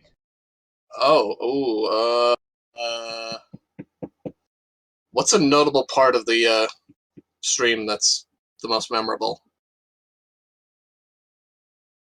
Like the one that stood out to you the most. So much. Oh my god. Oh god damn it, no. What? Kenichi Okuma passed away. Who's that? The Smash Bros. Composer. Oh. Shit. Oh my god. Oh my god, no. That's so that sad. sucks. That sucks, man. Hmm. Oh. Anyway, Uh, that is literally just the same tone as "Oh no." Anyway, yeah, that means yeah. I swear to God, Top Gear is just peak cringe comedy at its finest. And the only things I've seen are basically this one guy putting those three guys in like Skyrim and Fallout 4. Nice. Anyway, raid mentions. Yeah. I guess we could just go hashtag got a jet if we want to be basic, or we could go with Oh, hashtag crumpets. Tennis Island. Or crumpets. No, we haven't dealt with that much with Calamitous. That'll probably be Wednesdays. That'll probably because we're going to be dealing with Calamitous Wednesday, and he'll have more lines then. Hopefully. Hopefully. Because all he's really said is curse you, Jimmy Neutron. That could be the raid message. Curse you, Jimmy Neutron. Alright. It's like, curse you, Jimmy Neutron. Yeah, I don't do a good Tim Curry impression. Alright. If I do it, I'm probably gonna be way too deep. It's way too deep, and it's like curse you, Jimmy Neutron. Yeah, that was shitty. That was fucking shit. Yeah. At least you got at least some of the pitch right. Like I sound guttural. All I can really do is yeah. Yeah. That's about it. Yeah. Anyway, we're going to use that as the raid hashtag. What? Yeah. No, curse you, Jimmy Neutron. Okay. What's up? That would have also been a good raid message. Yeah. Okay. I'll mark it in my head when I do the Wild Thornberries stream, which will probably be next year because I'm just doing this till the end of August. Once it reaches September, I'll be going back to either Digimon or Final Fantasy 15. And you'll have like the I'll have the the Nicktoons. And I'll have have more of the stuff for next year. I'll guarantee or Christmas. I don't know. I'm gonna guarantee you're gonna forget that immediately. You're gonna forget about that. Sure, my memory fucking blows. My memory blows. Yeah, so who are we rating? We are going to be rating Lael, who is playing Dead by Daylight. Oh, okay. Just because, she's live, and I want to give her some love. I'm gonna go do that then. All right. Yeah, so we will continue this game on Wednesday, and I don't know if we're going to start the GBA version. We might not. I might be streaming on Friday. I don't know. I probably won't, though. But, yeah. So we're going to... So, yeah. Anyway, take care, guys. Have a wonderful rest of your Monday, and have a wonderful, wonderful Tuesday. I will see you guys Wednesday. Bye-bye. Bye, guys.